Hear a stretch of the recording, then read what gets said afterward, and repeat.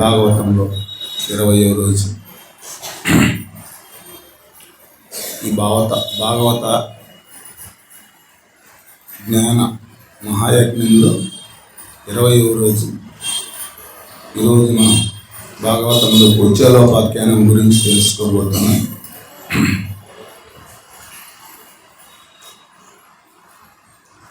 కుచేలుడు మైత్రికి ఎవరినైనా పర్యాయపదంగా చెప్పుకోవాలి అంటే కృష్ణ కుచేలుడు అంటారు. ఎందుకంటే స్నేహము అంటే సన్నిహితం సంబంధం ఎలా ఉంటుంది అనేది వాళ్ళిద్దరి ద్వారానే వాళ్ళు ఈ రోజుకు ఏ యుగంలో ద్వాపర యుగంలో జరిగింది, ఇప్పుడు కలియుగంలో కూడా కృష్ణ కుచేలుడు మాదిరినే అంటే అంత స్నేహానికి అంత మాట అంత విలువిస్తారు. అందుకే కుచేలోపాఖ్యానం కృష్ణునికి ఎంత ప్రీతి, కృష్ణునికి కుచేలుడు అంటే అంత ప్రీతి. ఎందుకంటే స్వర్గాది దేవతలు కూడా ఇవ్వనటి విలువ తన యొక్క స్నేహితునికి ఇచ్చాడు ఆయన. తన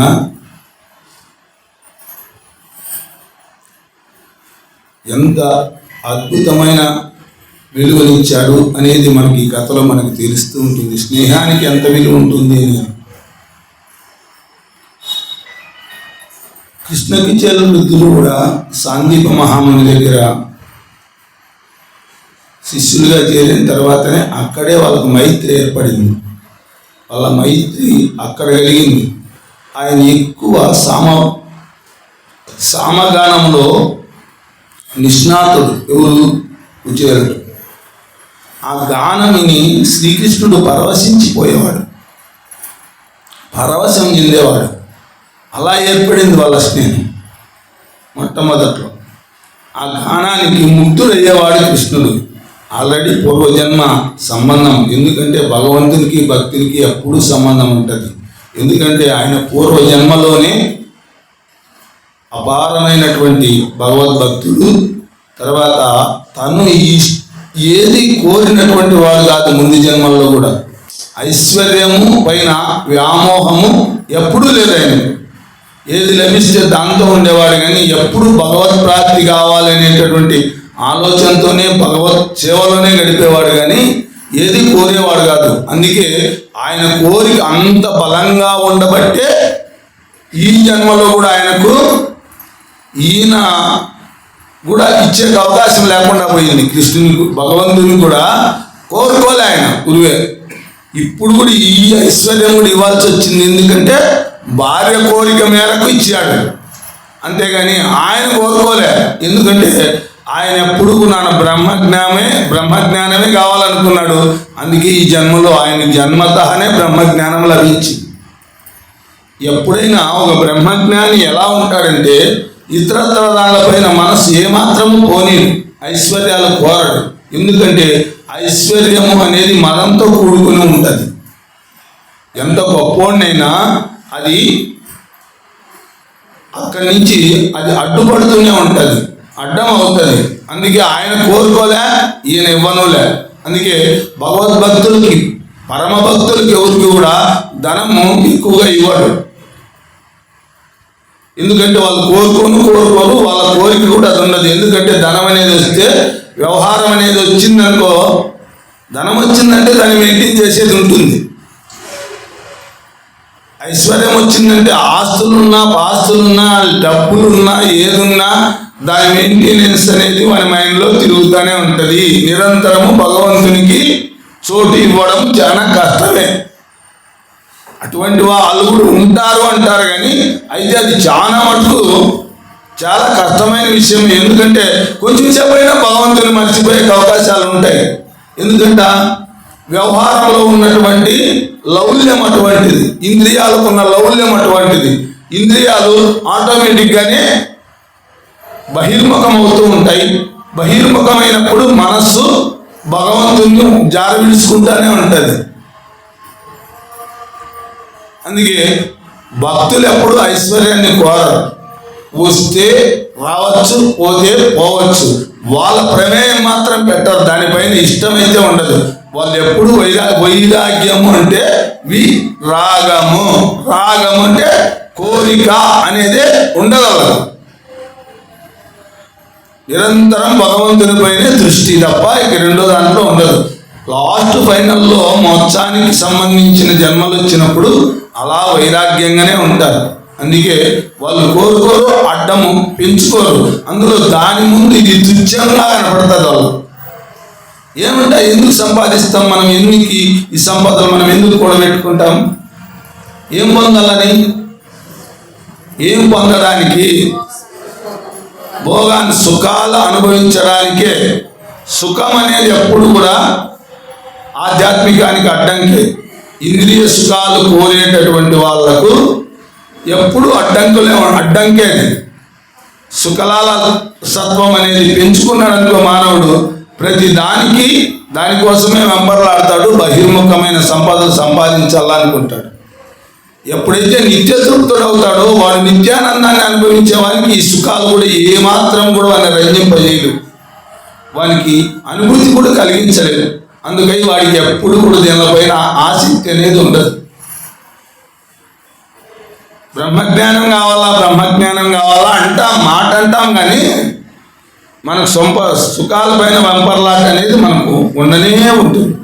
ఇంకా లేదా, సుఖాల పైన వెంపర్లాట ఉందా లేదా, సుఖాలు కోరతామా లేదా, భగవంతుని అనుభూతి కోసమే మనం వెంపర్లాడాలి. ఈ సుఖాల కోసం వెంపర్లాడినంతగా భగవంతుని కోసం వెంపర్లాడితే ఖచ్చితంగా ఆత్మానందం అనేది నిరంతరాయంగా కొనసాగుతుంది. అది దానికి తెంపు లేదు. సుఖాలకు తెంపు ఉంటుంది, సుఖం వస్తుంది, మళ్ళీ తర్వాత కష్టము వస్తుంది. ఇవి రెండు యాతం దొక్కుతూనే ఉంటాయి. అది అలా కాదు. ముక్తి అనేది, ఆనందం అనేది నిరంతరాయంగా ఒక్కసారి దానికి అలవాలం అయితే ఇక అది పోవడం అంటూ ఉండదు. అది అశాశ్వతం కాదు. అది శరీరం ఉన్నే ఉంటుంది, శరీరం లేకుండా ఉంటుంది, తిన్నా ఉంటుంది, తినకుండా ఉంటుంది. అందుకోసము దాన్ని కోరుకున్నటువంటి వాడికి దీనిపైన ఆసక్తి ఉండదు. అలా బ్రహ్మజ్ఞానిగా ఉండేవాడు. అందుకే ఆయన సామగాన వేదం, ఆ సామగానం అనేది కృష్ణుడికి చాలా ప్రీతికరంగా ఉండేది. దాని నుంచినే ఇద్దరికి స్నేహం ఏర్పడింది. ఆ స్నేహం తర్వాత వాళ్ళు సందీపం దగ్గర విద్య అయిపోతాని ఉదాహరణ వాళ్ళు వెళ్ళిపోయారు. ఈయన బ్రాహ్మణ పండితుడు కాబట్టి పాండిత్యం, ఆయన కర్తవ్యాన్ని ఆయన నిర్వర్తిస్తూ పోయేటప్పుడు ఆమెకు భార్య సుశీల అనేటువంటి ఒక అద్భుతమైనటువంటి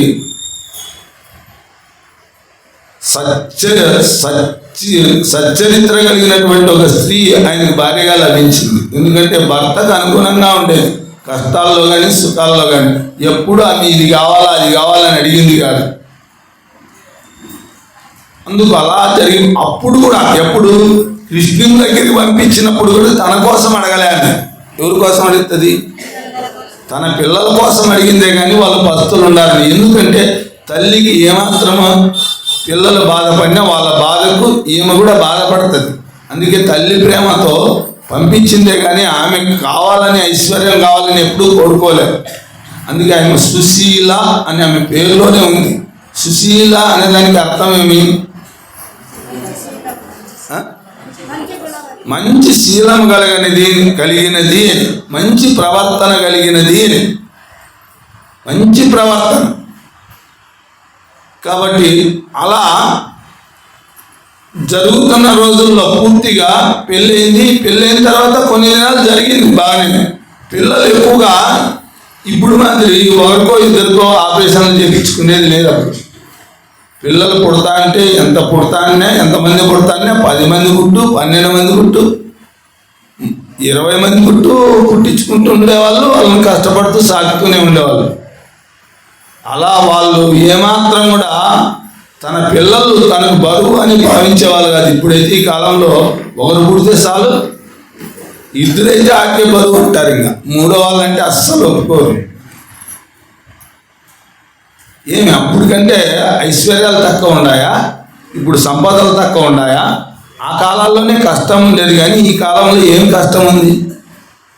సంపాదన ఈ కాలంలో సులభంగా ఉంది, ఆ కాలం ఇంత సులభంగా సంపదలు కలిగేటివి కాదు. అయినా కలికాల మహిమ ఇక్కడికి వచ్చేదలికే చాలా ఎక్కడికంటే అక్కడ దిగజారిపోతాంది. అందుకే కష్టం ఉండకూడదు, ఇప్పుడు ఏమాత్రం కష్టపడకూడదు. అలా జీవనం వాళ్ళు అందుకే ఎంత కష్టమైనా అంత హాయిగానే జీవించారు. అయినా పిల్లలు పెరిగే కొద్దీ ఆయన ఆదాయం తగ్గిపోయే కొద్దీ ఇక పస్తులు ఉండాల్సిన పరిస్థితులు కూడా వాళ్ళకి వచ్చాయి. తర్వాత గుడ్డలు, ఆయన కుచేరుడు కాదు ఫస్ట్ పేరు. కుచేరుడు అనే పేరు ఎందుకు వచ్చింది అంటే చిరిగిన బట్టలతోనే ఎప్పుడు ఉండేవాడు, అందుకే కుచేరుడు అనే పేరు పెట్టారు. గేలిగా అమ్మ పిలిచేవాళ్ళు, పేరు అది కాదు, సుధాముడు పేరు. ఆయన ఒరిజినల్ పేరు సుధాముడు. అయినా ఆ సుధాముడు పోయి కుచేరుడు, ఆ స్థానంలో కుచేరుడు అని ఎక్కువగా పిలిచేవాళ్ళు. కొంతమందికి అడ్డపేర్లు పెడతారు, పెడితే అడ్డపేరే ఖాయంగా ఎక్కువగా పిలుస్తూ అంటారు, ఇంకా అసలైన పేరు పోతారు. అలా ఈయన కూడా కుచేరుడు అనేవాళ్ళు. చాలా కష్టాలు అనుభవిస్తూ ఉండేవాళ్ళు. ఇక ఒకానొక దశలో ఈయనకు ఎప్పుడైతే బ్రహ్మానందంలో ఎక్కువ మునిగిపోయేవాడో భౌతికమైన విషయాలపైన పూర్తిగా శ్రద్ధ పోయింది. శ్రద్ధ లేకపోవడం వల్ల ఆదాయం కూడా డౌన్ అయిపోయింది. ఎప్పుడైనా మనం కల్పించుకొని దానిపైన ఆశ ఉంటేనే పరిగెత్తుతాడు మనిషి భౌతికంగా సంపాదించాలని. ఆశ ఎంత తక్కువ ఉంటే అంత భౌతిక సంపద తక్కువగానే ఉంటుంది. ఈ భగవంతుడి పైన నిరంతరము భగవద్ధ్యానంలో ఉండేవాడు కాబట్టి ఆయనకేమీ అనిపించేది కాదు, కష్టం అనిపించేది కాదు, బాధ అనిపించేది కాదు, ఆ దరిద్రంగా అనిపించేది కాదు ఆయనకు. అది ముఖ్యమైన పని. ఎవరికైనా దరిద్రంగా అనిపిస్తే దానికోసం ఏదో నివారణోపాయం చేసుకుంటారు ఎవరైనా కూడా. ఆయన దరిద్రంగా అనిపించేది కాదు. ఎందుకంట స్వరూపానందంలో ఉంటాడు ఆయన. ఎప్పుడు ఆయన ఆనందానికి కొదవే లేదు.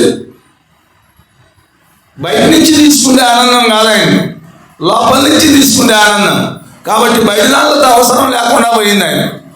అలా ఆనందంగా జీవిస్తూ ఉండేవాడు. అయినా భార్య మహా వేద పండితుని కూతురు, వేద పండితుని కుటుంబంలో నుంచి వచ్చినటువంటి తల్లి. ఆమె కూడా సంస్కారం కలిగిన వ్యక్తి. తర్వాత భర్తతో ఎలా నడుచుకోవాలో, పిల్లలతో ఎలా ఉండాలో, సమాజంతో ఎలా ఉండాలో అన్ని విధాలా కూడా తెలివితేటలైంది. అంత అద్భుతంగా ఎలా నెట్టుకొస్తుంది. ఇది ఆయనది కాబట్టి అని చెప్పి ఆమె పని ఏదో ఆమె చేసుకుంటూ భర్తకు సేవలు చేసుకుంటూనే జరుపుతూ వచ్చింది. అయినా ఒకానొక టైంలో ఆమె కూడా పిల్లలు వచ్చి దొప్పిల్లు. అప్పుడు వాళ్ళకు అసలు ఇంట్లో కంచాలు లేవంటే కూడా మనం నమ్మలేమేమో. పల్లెలు లేవు వాళ్ళకు. ఆకుల్లో అప్పుడు ఆకులు ఎక్కచ్చుకునేది ఆకుల్లో పెట్టుకొని తినేవాళ్ళు. దొప్పిలు పెట్టుకొని తెచ్చి పిల్లలు అమ్మ ఆకిలి అని తిరిగితే ఆమెకు తల్లి హృదయం నొచ్చుకునేది, బాధ కలిగేది.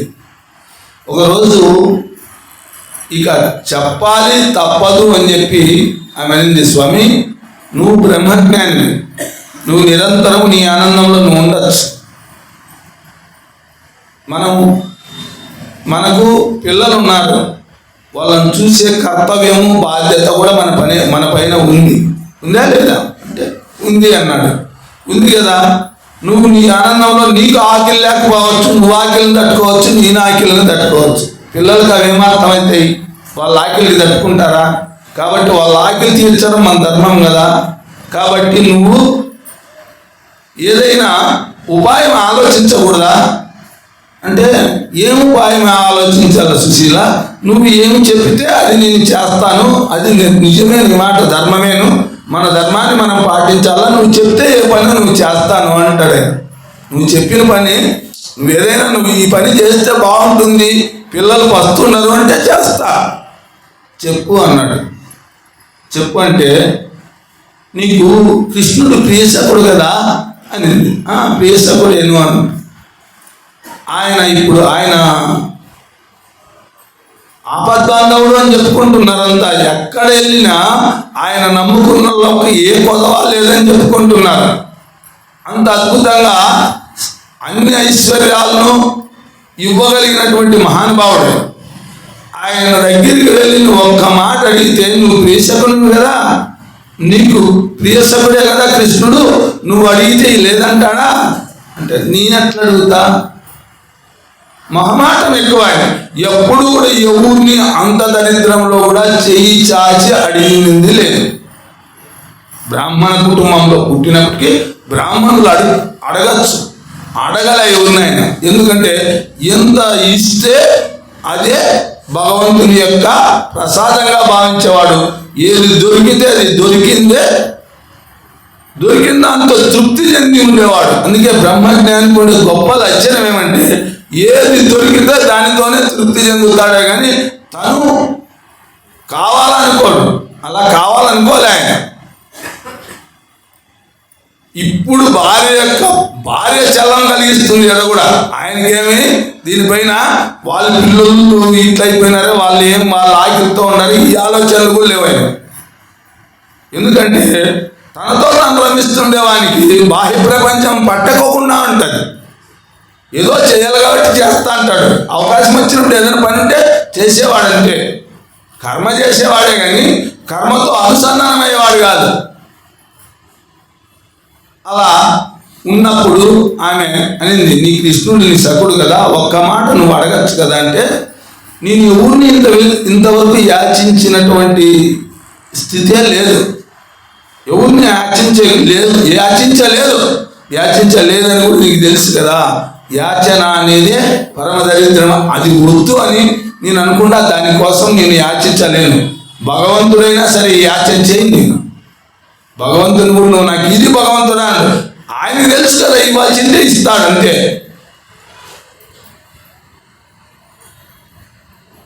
నువ్వు యాచించాల్సిన పని లేదు. ఒకసారి కృష్ణుని దగ్గర కలవచ్చు కదా అని. ఊరికే కలిస్తే ఆయన సర్వజ్ఞుడు కదా, సర్వాంతర్యాన్ని కదా, ఆయన కనుక్కోలేడా నువ్వు ఒకసారి పోయి కలిసవయ్యా అని. సరే, ఆయన కలవడం అనేదేమో మహాద్భాగ్యం. దానికైతే ఆనందం వచ్చింది అప్పుడే. ఆయన పేరు ఇచ్చి ఆయన కలవచ్చు కదా ఒకసారి అంటేనే ఆయన మొహంలో కాంతి వచ్చింది. భగవంతుని కలవడంలో మహాద్భాగ్యం కదా, ఆయన కలవడంలో తప్పులేదు. అడగద్దని అవి మాట బాగుంది, అందుకే అడగలే. కృష్ణుడు ఇస్తానలే, ఈయన అడగలే. ఎందుకంటే ఈయన అడగాలనుకోలే, కృష్ణుడు ఇస్తానని కూడా చెప్పలే. ఇస్తానని ఈయనకు చెప్పలే. ఎవరికి అవసరం ఇచ్చినాడు? భార్య కోరిక మేరకు ఇచ్చినాడే కానీ ఈయనేమో అడగలే, ఆయన ఇస్తాను అని చెప్పలే. లేకపోతే ఇచ్చేవాడు అప్పుడే, ఏదో చెప్పేవాడేమో, చెప్పలే. అలా నువ్వు వెళ్తా అంటే, సుశీల నువ్వు అన్నమాట నిజమే. అయితే నేను వెళితే ఏదైనా పిల్లల దగ్గరికి పోయినా, గురువుల దగ్గరికి పోయినా, యోగుల దగ్గరికి పోయినా, మహాపురుషుల దగ్గరికి పోయినా ఏదో తీసుకొని పోవాలని మా గురువు గారు నాకు ఎప్పుడూ చెప్తూ ఉండేవారు. రిక్తహస్తాలతో వాళ్ళ వద్దరికి వెళ్ళొద్దు అని. ఇప్పుడు నా సకుడే కావచ్చు, నా స్నేహితుడే కావచ్చు, నాకైతే భగవంతుడే. నా హృదయంలో ఎప్పుడూ శ్రీకృష్ణుడే ఉంటాడు. ఆయన ఎప్పుడు నా హృదయంలో నివసిస్తూనే ఉంటాడు. ఆయన దగ్గరికి సాక్షాత్ భగవంతుని దగ్గరికి ఇంతవరకు కృష్ణుని కలవాలి. ఎప్పుడో విడిపోయింది. పెద్ద దూరంలో ఎంత దూరం ఉంటుంది తెలుసా? అనంతపురం అంతే. అనంతపురం అంతా అది ద్వారకా, వీళ్ళు 40 కిలోమీటర్లకి. ఇప్పటికీ ఆయన కుటీరము, ఆయన ఉన్ని ప్రదేశం, ఆయన ఇల్లు ఉంది, అది ఇప్పటికీ ఉన్నాయంట. కృష్ణుడు ద్వారకా అది ఎంత దూరం అని ఇప్పుడు లెక్కల ప్రకారం అయితే 40 కిలోమీటర్లే. ఏం పెద్ద విషయం, నడిచిపోయేదానికి నడిచినా ఎంతసేపు పడుతుంది? ఒక దినం పడుతుంది. ఒక దినంలో పోవచ్చు కదా. ఎప్పుడు పోలే, అడుక్కోలే. అడిగే గుణం లేదు అనేది మనకు పూర్తిగా అర్థమవుతుంది. ఎడో దూరంలో ఉంటే పోలేకపోయినాడే అనుకోవచ్చు, కానీ అతను దగ్గరలోనే ఉన్నప్పటికీ పోలేకపోయాడు. రాజీవనేత్రు పదపద్మములు ఆశ్రయింపగజనుట పరమశోభనం. రాజీవనేత్రు పదపద్మములు ఆశ్రయింపగ పోవుట పరమ శోభనం. ఆ చక్రిపానికి ఇప్పుడు మన దగ్గర ఏమైనా కొంపోగలదే, తీసుకుపోయే మన దగ్గర ఏమైనా ఉందా అని అడిగాడు. అంటే ఆశ్చర్యంగా ఆమె చూసింది, స్వామి ఆయన కొండంత దేవుని కొండంత పత్రం మనం ఇవ్వలేం, ఆయనకి మనం ఇచ్చేది ఏంది, ఏదో మన దగ్గర ఉంది ఏదైనా కానీ అని చెప్పి పక్కింటికి పోయి వీటికి డబ్బులు ఇది అరువు తెచ్చుకొని తర్వాత మూట కట్టడానికి పెడితే అది దాన్ని కట్టేకి కూడా గుడ్డలు లేవు. ఎందుకంటే కట్టాలంటే బిరుగా కట్టాలి కదా, బిరుగా కడితే చాలు పీలిపోతుంది. అది 2-3 మడతలు వేసి దాన్ని భద్రంగా చుట్టి వైనంగా దాన్ని మూట కట్టి ఆయనకు ఇది ఆయన ఉత్తరీయానికి కట్టి పంపించిన తర్వాత బయలుదేరాడు. నడుస్తూ వస్తున్నాడు. ఎండాకాలం బాగా ఎండవేడి బలంగా ఉంది. చెమట్లు శరీరంలో. ఎంత బ్రహ్మజ్ఞానైనా ఎంత మహాపురుషుడైనా పంచభూతాలకు సంబంధించిన స్థితులు ఖచ్చితంగా ఉంటాయి. అది చెమట్లు రావడము, ఆకలి అవ్వడము ఇవన్నీ కూడా జరుగుతాయి. అయినా దాన్ని లెక్క చేయకోకుండా ఆయన వెళ్తూ ఉన్నాడు. అప్పుడు బండ్లు మధ్య రథాలు పోతుంటాయి వస్తుంటాయి, రాజులు అవి పోతూ ఉన్నప్పుడు తూలి పడుతూ అలానే వెళ్ళిపోయాడు. వెళ్ళేప్పటికీ ద్వారకా చేరుకున్నాడు. ద్వారకా నగరం చేరతానే ఇక చూసి ఆ ద్వారకా నగరాన్ని చూసి ఆశ్చర్యపోయాడు కుచేరుడు. ఎందుకంటే అక్కడ అన్నీ కూడా ప్రతిది కూడా సువర్ణమయమే. అక్కడ అంతా బంగారమే, గోపురాలు బంగారమయమే, ఇల్లు వాక్యాలు బంగారంతోనే, తర్వాత గోడలు కూడా తాపడాలన్నీ బంగారమే, అంతా బంగారమే, సువర్ణ గృహాలే. ఈ మట్టి గృహాలు కాదు ఉండేది, అక్కడంతా సువర్ణ గృహం. ఎట్లొచ్చింది, ఎవరు కట్టినారు అది? ఎంతసేపులో కట్టింది అది? విశ్వకర్మ నిర్మితం. విశ్వకర్మతో నిర్మించామంటే క్షణాల్లో ఎట్లా తయారుగాలో అట్లా తయారైపోయింది. కాబట్టి అదే కాదు, బృందావనం తయారు చేసింది కూడా అట్లే. ఈ విశ్వకర్మ తయారు చేసి పెట్టాడు. ఆయన కావాలంటే ఏది కావాలంటే అది దేవశిల్పి వచ్చి ఆయన మైండ్లో స్కెచ్ చేస్తాడు. ఇట్లుండాలి మైండ్లో స్కెచ్ చేసి అట్లా అన్నాడు అనుకో, ఆటోమేటిక్గా అవన్నీ బిల్డింగ్లు వచ్చేస్తాయి. అలా తయారు చేసేసారు. ద్వారక కూడా అలా తయారైంది, అంతా సువర్ణమయమే, సువర్ణ గృహాలే. తర్వాత చూశాడు. అది చూస్తానే అబ్బా, మన మామూలుగా అయితే నేను కృష్ణుడు ఇద్దరము ఒక స్కూల్లోనే చదివాం, ఇద్దరము పక్కన కూర్చునేవాళ్ళం. ఆయన తినేది నేను తినేవాడు. ఇప్పుడు మాదిరి కాదు. ఇప్పుడు ఐశ్వర్యవంతులు వాళ్ళకి ఏసీ రూములు, ఏసీ స్కూళ్ళలో చేర్చి పెద్ద పెద్ద గొప్ప వాళ్ళు అట్లా చేర్చేవాళ్ళు. అట్లా కాదు, గురువు గొప్పలేగా చూసేవాళ్ళు. మెయిన్ వాళ్ళ సుఖాలు సౌకర్యాలు కాదు. అప్పుడు గురువు ఎవరు గొప్ప ఉంటారు, అక్కడ గురువులు ఏదో ఐశ్వర్యాన్ని ఆశించేటటువంటి వాళ్ళు, సంపాదనకు సంబంధించిన గురువులు కాదు. వాళ్ళ జీవితాన్ని ఉద్ధరించుకుంటూ 10 మందికి వాళ్ళ పొట్టను పోషించుకుంటూ దైవాన్ని సాధించుకోవడానికి వాళ్ళు కూడా వాళ్ళ ప్రయత్నంలోనూ వాళ్ళు ఉండేవాళ్ళు. అంతేగాని వాళ్ళకు కూడా భౌతికమైనటువంటి సంపదలపైన వ్యామోహం ఉంటే గురువు కాదు. ఎప్పుడైనా గురువు ఏది ఆశించినటువంటి వాడే గురువు. అది ఏది లభిస్తే అది పరమ సంతోషంగా తీసుకోవడము, లభించిన దాంతో తృప్తి చెందడం, అది గురు లక్షణం. అలాంటి గురువు ఎవరు? సాందీపుడు. అటువంటి గురువు దగ్గర చేర్చారు. కుచేరుడు కడుపువాడే. అప్పటికే వసుదేవుడేమో పెద్ద ఐశ్వర్యవంతుడే అయినప్పటికీ అప్పుడు తేడాలు లేవు. ఐశ్వర్యవంతుడు అయినా వాళ్ళకు సౌకర్యాలు ఎక్కువేం లేదు, వీళ్ళకి సౌకర్యాలు ఏం తక్కువ లేదు. గురువు దగ్గర అంతా సమానమే.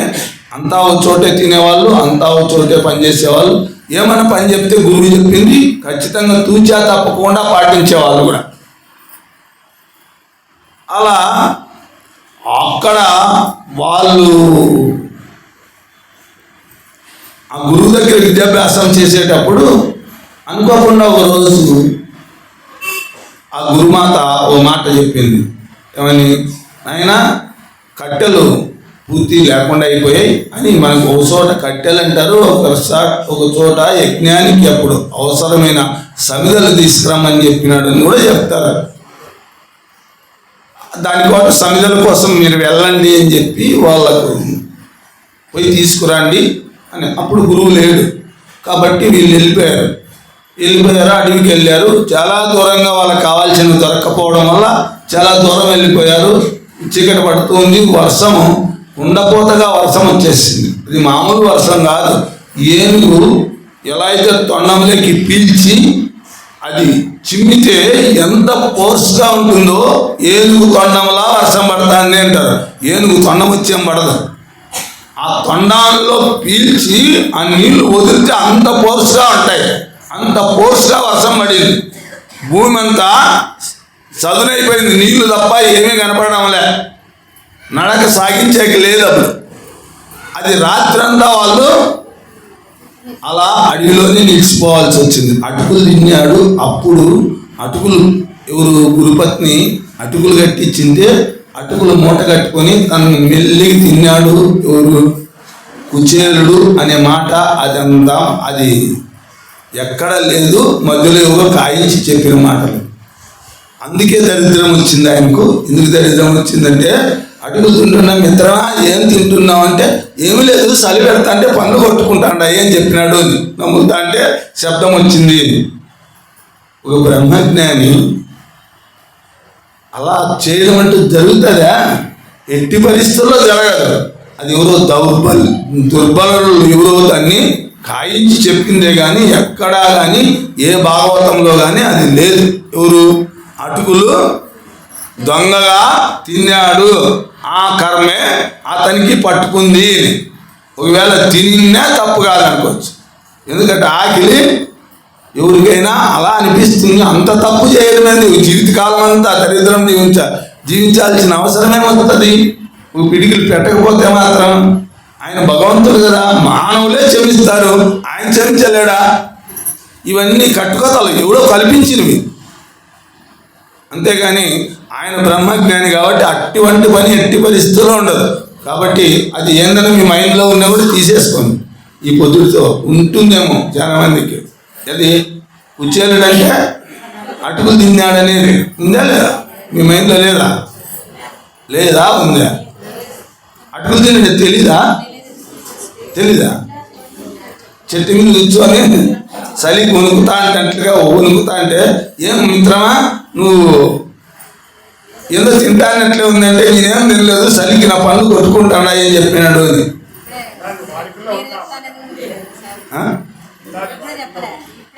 ఎప్పుడు చెప్పలే. ఇది వినలేదు ఏడా? మీరు సినిమాల్లో చూపించినారాడన్నా? సినిమాల్లో చూపించినారేమో, నేనేం చూడలే. సినిమాల్లో కూడా చూపించింటారు అనుకుంటా. సరిగ్గా భాగవతానికి ఆపోజిట్గా చూసాం. మన మధ్యలో వచ్చిన భాషలు ఇవన్నీ ఆడైనా వాళ్ళు వీళ్ళు చెప్పుకోవడంలో ఎవడో వాడు చెప్పింటాడో అది అట్లే వెళ్ళిపోయింది. అందుకే ఆయన ఏం చేయలే. అది తర్వాత విపరీతమైన వర్షం, రాత్రంతా వర్షమే, ఇక ఎక్కడా పోయేకి లేదు. ఆటోమేటిక్గా తెల్లవారింది, వర్షం నిలిచిపోయింది, నీళ్లు తగ్గినాయి. అప్పుడు బయలుదేరదాం అనుకునేటప్పుడు ఆ నీళ్ళలోనే గురువు తాపాత్రయపడుతూ చీకట్లోనే వెతుకుతూ వచ్చాడు. లాంతర్ తీసుకొని వెతుకుతూ వచ్చాడు. శిష్యుని అడివంతా వెతికాడు. కుచేల సుధామ కృష్ణ శ్రీకృష్ణ సుధామ అని అరుచుకుంటూ వస్తున్నాడు గురువు. వీళ్ళు ఎదురుపడేప్పటికీ అపారమైనటువంటి కరుణతో పరిగెత్తిపోయి ఇద్దరిని కరుచుకొని కళ్ళతో బోరమని ఏడ్చేశాడు. ఎవరు? సందీప మహర్షి. ఏడ్చి ఎంత కష్టాలు పడినారు నాయన నా కోసం, మీరు పడిన కష్టం అసమసి కష్టమా? గురుమాత మాటను కాదనలేక మీరు వచ్చి అడవికి వచ్చి ఇంత కష్టాలు పడినారు. మీరు ఇక జీవితంలో మామూలుగా మీరు ఎవరి నుంచి గురువు నుంచి మీ ఇళ్ళకి పోయేటప్పుడు గురుదక్షిణ ఏమి ఇవ్వాలి గురుదేవా అని అడిగేవాళ్ళు. గురుదక్షిణ అడిగేవాళ్ళు. ఏమి ఇవ్వాలి అని అంటే, గురువు నాకేమి వస్తున్నా వీళ్ళు తోసింది ఇచ్చేవాళ్ళు. మీకు తోసింది కూడా ఇచ్చే పని లేదు. ఇక ఎందుకంటే ఈరోజే గురు రుణం అంతా తీర్చేశారు. మీరు గురువు యొక్క రుణం తీర్చేశారు. మీకు అష్టైశ్వర్యాలు సంపదలు సమకూరుతాయి, పిల్లలు సంతానాలు బ్రహ్మాండంగా సమకూరుతాయి. మీరు నిత్యం కూడా మీ యశస్సు ప్రకాశిస్తుంది అని ఆ రోజు వరం ఇచ్చాడు. ఆయన ఆశీర్వదించాడు. ఏమని? యశస్సు అంటే కీర్తి. కీర్తి అంటే పేరు. ఇప్పుడు ఇంకా ఈ యుగం వచ్చినా వాళ్ళ కీర్తి ఏం పోలే, పెరిగిందే కానీ ఇంకా తగ్గలే. యశస్సు, సంపదలు, మంచి భార్యలు, మంచి పిల్లలు, ఐశ్వర్యాలు అన్నీ సమకూరుతాయి. మరి అన్నీ సమకూరుతాయని కుచేలకి ఎందుకు సమకూరలే అని మీకు డౌట్ రావచ్చు. డౌట్ ఉందండి. అంత గురువు ఆశీస్సు అంత బలంగా ఉంటుందంటారు కదా. ఆయన ఓ బ్రహ్మజ్ఞాని. ఆయన మామూలు గురువు కాదు, బ్రహ్మవాక్. అది ఆ వాక్ ఫలించవచ్చు కదా. ఈయనకు ఆ కోరిక లేదు కాబట్టి అందుకే ఆ కోరిక కూడా ఇప్పుడు తీరిపోయింది. ఎందుకంటే లాస్ట్లో భగవంతుడు కంప్లీట్గా ఐశ్వర్యం కూడా లాస్ట్లో ఇచ్చేసాడు. పిల్లలు ఎట్లా ఉన్నారు? భార్య మంచి భార్య వచ్చింది, అన్ని అనుకూలంగానే ఉన్నాయి. ఒక్క దరిద్రం ఒకటి ఉంది, ఆ దరిద్రం కూడా ఈరోజు పోయింది. ఆయన ఆశీస్యం ఫెయిల్ కాలే. మళ్ళీ ఎన్ని సంవత్సరాలు జీవించాడో ఆయన కూడా. కాబట్టి అలా ఐశ్వర్యంతో జీవించాడు. మామూలు ఐశ్వర్యం లాస్ట్లో చెప్పుకుంటాం దాన్ని. ఆయన ఐశ్వర్యం ఎంత అని. అలా అన్నీ సమకూరుతాయని ఆయన అని చెప్పి దీవెన చేసి, మీరు గురుదక్షిణ ఇవ్వాల్సిన పని లేదు అని చెప్పి తర్వాత ఆయన ఆశ్రమానికి తీసుకొని పోయాడు. పోయిన తర్వాత వాళ్ళకు ఆ యొక్క విద్యాభ్యాసం పూర్తయిన తర్వాత ఈ ఉదాహరణ వాళ్ళు వెళ్ళిపోయారు. వాళ్ళు పెళ్ళిళ్ళు చేసుకున్నారు, వాళ్ళు చేస్తున్నారు కదా. వచ్చారు ఇప్పుడు ఆడ ద్వారకలో అంతా చూస్తున్నాడు. అది చూసేప్పటికే ఇంకా ఆశ్చర్యమైంది. ఈ పట్టణమే ఇంత అద్భుతంగా ఉంది. ఇంకా కృష్ణుడు ఎట్లా ఉంటాడో ఏడా ఉంటాడో మనకు ఆయన దర్శనమైన కలుగుతుందా లేదా నాకు? ఒకవేళ ఆయన నా పైన దయ ఉండొచ్చు. నేను ఆయన దగ్గరికి వాళ్ళంటే నన్ను చూసి వాళ్ళ. ఎందుకంటే ఈడ బాగా జోరుగానండి. నేనేం చేస్తా, ఒక నిర్భేదంగా ఉన్నా కాబట్టి ఎవడో ఒక దరిద్రుని మాత్రమే కనపడతా చూస్తే వాళ్ళ దృష్టికి. నేను కృష్ణుడు నా మిత్రుడు అని చెప్పినా నమ్మే వాళ్ళు ఉండరేమో. ఒకవేళ నా దగ్గర ఏమైనా ఉంది, ఆ ధర్మాన్ని ఇచ్చి ఆశ చూపించి వాళ్ళకి ఏదైనా ఇచ్చి లోపలికి పోయి అప్పటికి ఉన్నాయి వాళ్ళని సాధించేది ఉన్నట్టే ఉండే ఆలోచన చేశాడంట. నా దగ్గర ఏమైనా ఉందా, ఇచ్చి లోపలికి పోయేకి ఇచ్చేకి నా దగ్గర ఏమీ లేదు. ఆయన కరుణామయుడు. ఆయన ఏమో కరుణిస్తే తప్ప నాకు ఆయన దర్శనం కూడా కావడం దుర్లభమే అనుకొని వెళ్ళాడు. వెళ్తే అక్కడ దాసి జనాలు తిరుగుతున్నారు ఊళ్ళో. వాళ్ళ ఊరికి ఇంత బంగారు వేసుకొని ఇన్ని ఆభరణాలు వేసుకొని వాళ్ళు పోతుంటే, ఆ రాజవీధులు గుండా పోతుంటే వాళ్ళని చూసి అటుండే వాళ్ళని అడిగాడు, ఎవరు వీళ్ళేనా రాజమాతలు, కృష్ణుని భార్యలో ఏం కుటుంబం వాళ్ళ కుటుంబంలో వాళ్ళు అంటే, లేదు కృష్ణుని భార్యలు దాసీలు. కృష్ణుడు ఎక్కడ ఉంటాడంటే అది అక్కడి నుంచి 108 గృహాలు ఉంటాయి. 100 మంది భార్యలు, పట్టపురాణులు 8 మంది, 108 మందికి కంటిన్యూ ఇదే రూట్లోనే ఉంటారు అందరూ అని చూపించాడు. చూస్తే అద్భుతమైనటువంటి బంగారంతో నిర్మించబడినటువంటి గృహాలు. తర్వాత వాళ్ళ ప్రతి ఒక్కరు ఐశ్వర్యం ఎంత ఉందంటే, ఆ దాసీలు కూడా ఒక రాణుల మాదిరే ఉన్నారు తిరుగుతుంటే. వాళ్ళే రాణులు అనుకున్నాడు కూడా ఆయన. ఇంత లేకపోతే ఇంత ఐశ్వర్యవంతంగా ఎట్లా ఉంటారు? అంత ఐశ్వర్యవంతంగా ఉంది అప్పుడు ద్వారకా నగరం అంతా కూడా ఏమిటి కొడవ లేకుండా ఉంది. అలా పోతుంటే వాళ్ళు దాసీ జనం అంటే, దాసీ జనమే ఇట్లుండరే, వాళ్ళే నన్ను కన్నెత్తి చూడలేవు. దాటి పోతా అంటే ఏ పని ఇట్లా చూసేవాడు కూడా లేడు. ఇక ఆ కృష్ణుని గృహంలోకి నేను ఎలా ప్రవేశించాలి అని చెప్పి ఎక్కడ ఉంటాడంటే ఈ బజార్లో అంటే అట్లా బజార్ పట్టుకొని పోయాడు. ఎవరు పట్టించుకోలే, పోతాడు. పోయిన తర్వాత ఒకసారి వచ్చిన తర్వాత కృష్ణుడు ఎక్కడ ఉంటాడు అని ముగ్గురు భటులు నిలబడి ఉంటారు ప్రతి ఇంటి ముందర. ఆ నిలబడేసరికి కృష్ణుడు ఎక్కడ ఉంటాడు అని రుక్మిణీదేవి గృహం దగ్గరికి పోయినప్పుడు అడిగాడు వాళ్ళని, కృష్ణుడు ఎక్కడ ఉంటాడని. ఇక్కడే ఉంటాడు అన్నాడు. ఇక్కడే ఉన్నాడు. ఇప్పుడు ఎక్కడ ఉంటాడంటే ఇక్కడే ఉన్నాడు. ఇక్కడే ఉన్నాడంటే మీరు ఒక మాట చెప్తారా? పోయి కృష్ణునితో నీ మిత్రుడు వచ్చాడు, తర్వాత నీకు బాల్య స్నేహితుడంట అని ఒక మాట చెప్పండి చాలు అని చెప్పాడు. బ్రాహ్మణుడు ఫస్ట్ అది కూడా బాల్య మిత్రుడు అని కూడా బ్రాహ్మణుడు వచ్చాడని చెప్పండి అన్నాడు. బ్రాహ్మణులు అంటే ఆయనకి పరమప్రీతి. ఎవరైనా దేవతలు వస్తే కూడా వరండాల్లో కూర్చోబెట్టి, అందరినీ వరండాల్లో కూర్చోబెట్టిపోయిన వాళ్ళేనంటే ఎవరు ఆ పడక గద్ద లేకపోయింది, ఈయన ఒకడే కూర్చొని ఒకడే, ఎవరు అంత లోపలికి పోయేకి అవకాశాలు ఇవ్వరంట. అక్కడికి వచ్చిన తర్వాత చెప్పాడు, అడిగాడు వాళ్ళు,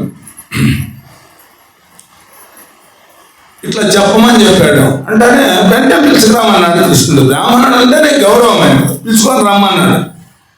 అప్పుడు ఆయన వచ్చి అల్లో కూర్చోబెడతారు. కూర్చోబెట్టిన తర్వాత వచ్చిన స్వామి అంటే పోయేకుంటుంది. ఆ పరదా అప్పుడు తీస్తారు, డైరెక్ట్గా చూడలేరు. తర్వాత ఈయన బయలుదేరుతానే వాళ్ళు పోయి చెప్పారు, బ్రాహ్మణుడు వచ్చినట్టు రమ్మని అన్నాడు. పర్మిషన్ ఇచ్చాడు. పర్మిషన్ ఇచ్చినానంటేనే చిన్నగా పోతూనే సామగానం ఎత్తుకున్నాడు, గానం చేస్తున్నాడు. ఈ గానం వింటేనే కృష్ణుడికి చెవులో పడ్డది కుచేరుడు అని. అప్పుడు తీశాడు పరదా తీసి చూశాడు. చూస్తానే అల్లంత దూరంలోనే కనపడ్డాడు. దిగ్గును లేచి పరిగెత్తు వచ్చాడు. ఇంకా ఏది దూడ కోసం ఎట్లా పరిగెత్తుందో భక్తుని కోసం భగవంతుడు అట్లా పరిగెత్తాడనే దానికి నిదర్శనం. అలా పరిగెత్తుకొని వచ్చి అలా కౌగలించుకొని తిప్పేశాడు.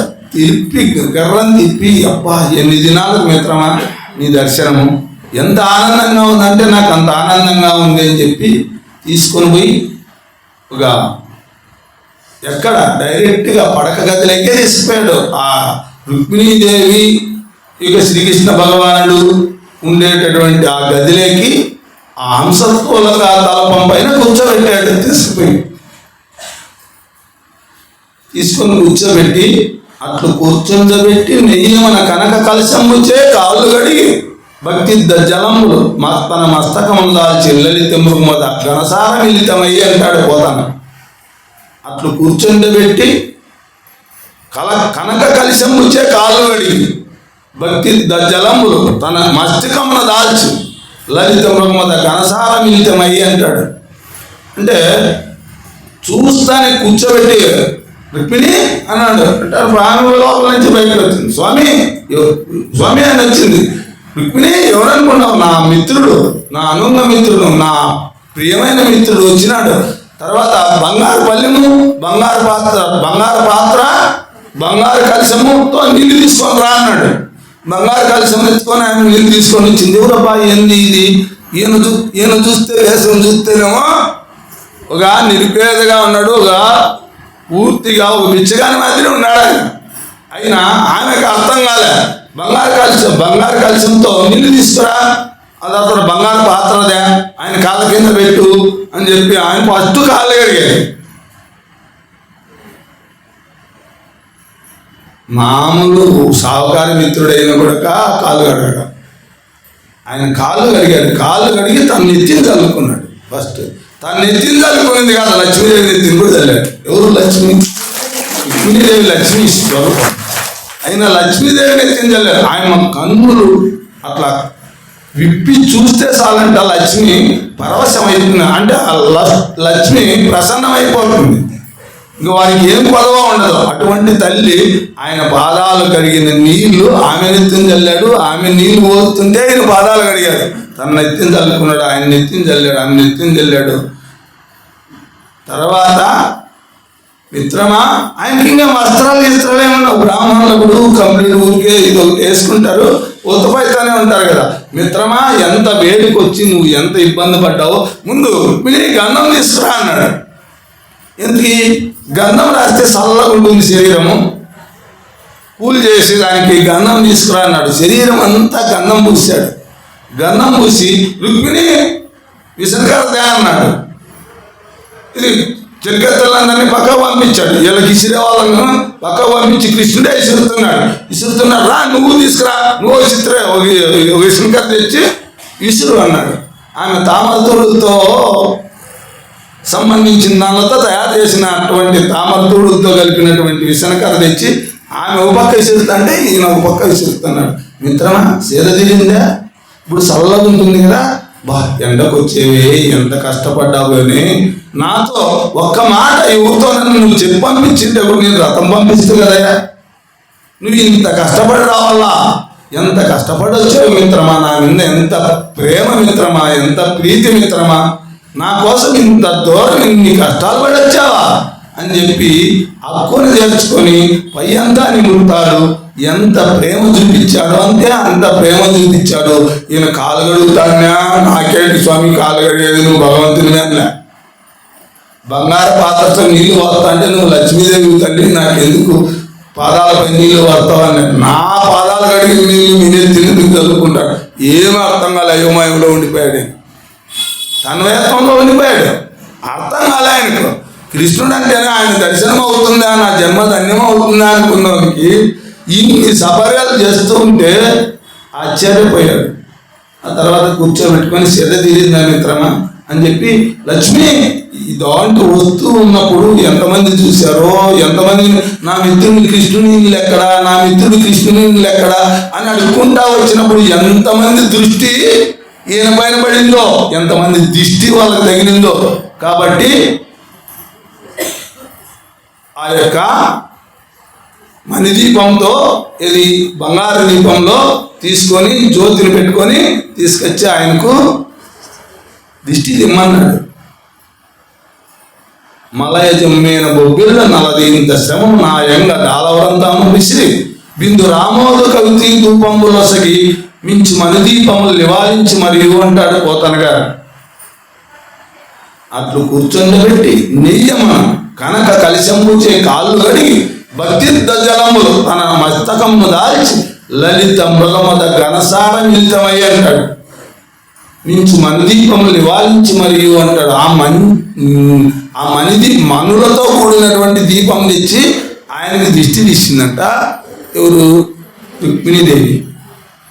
తీసిన తర్వాత కూర్చోబెట్టుకొని ఇప్పుడు సేదతీర మిత్రం అని సేద తీర్చి తాంబూలం తీసుకురా అని ఆ మంచి భోజనం పెట్టి ఉద్దురు కలిసి భోజనం చేశారు. మంచి తాంబూలం తెచ్చి తాంబూలం చుట్టి ఆయనకు పెట్టి తను తిని ఇంకా ఆ రోజంతా ఇంకెక్కడ పోలే. ఆయన కంప్లీట్గా ఆయనతోనే ఉండిపోయాడు. రాజకార్యాలన్నీ బంద్, ఆయన చేసే పనులన్నీ బంద్ చేసి ఈ రోజంతా నేను ఎక్కడ రాను, నేను అంతా నా మిత్రులతోనే ఉంటానని చెప్పి మిత్రులతోనే గడిపేశాడంట. అది అట్లా, ఇది ఇట్లా, మనం అప్పుడు అట్లా చేసుకుంటాం కదా, ఇప్పుడు అట్లుంటాం కదా, ఇట్లుంటాం కదా, అప్పుడు జరిగిన విషయాలన్నీ బుద్ధులు ఒకరికొకరు చెప్పుకుంటూ ఆనందంగా గడిపారు.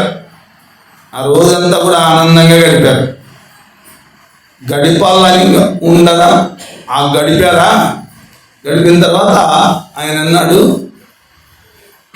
మిత్రమా, నా దగ్గరికి వచ్చేటప్పుడు నువ్వు ఏదైనా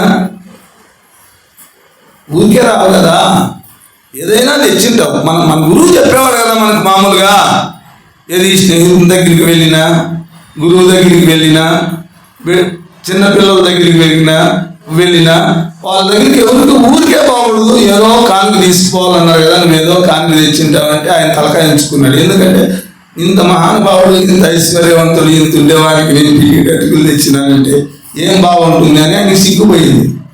పాపం నామాసిగా ఫీల్ అయ్యాడు, తలకాయించుకున్నాడు. నాకు తెలిసిలే నువ్వు తెచ్చింటావు, మా వదిన నూరికే పంపించుతారు, ఖచ్చితంగా నీకేదో అందులోనూ అవునంట. నీ భార్య అంటే చాలా చాలా నేను విన్నాను, చాలా గొప్పదంట కదా, వేద కుటుంబంలో నుంచి వచ్చిందంట కదా, నీకు అనుకూలంగా ఉంటుందంట కదా, నీకు అన్ని సపర్యాలు చేస్తుందంట కదా అన్నిట్లో నీకు తోడు నీడగా ఉంటుందని కదా. నీ పిల్లలు ఎట్లా, నీ విషయం ఎట్లా, ఇవన్నీ అడిగాడు. ఈయన ఏమి నోరు పేకి ఈయనకు నోరు పెగాలి. అలా చూస్తూనే పోయాడు భగవంతుని. ఎందుకంటే ఒకసారి శ్రీమన్నారాయణ దర్శనం అయితే అందరికీ అట్లా ఉంటుంది, మనకైనా అట్లే ఉంటుంది. ఎప్పుడోసారి చూసినప్పుడు అర్థమైపోతుంది. అందుకే అతిథి కూడా బలిచక్రవర్తి వామనమూర్తికి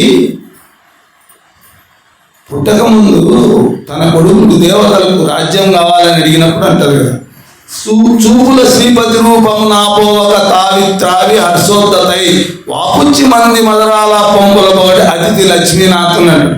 అంతవరకు ఆయన కోసం తహతాలాడింది. ఆయన ఎదుటికి వచ్చినప్పుడు ఆయనతో ఏమని చెప్పాలనుకుంది, నా కొడుకులు పూర్తిగా కష్టాల్లో ఉన్నారయ్యా, కష్టాలు తీర్చు అనే కోసమే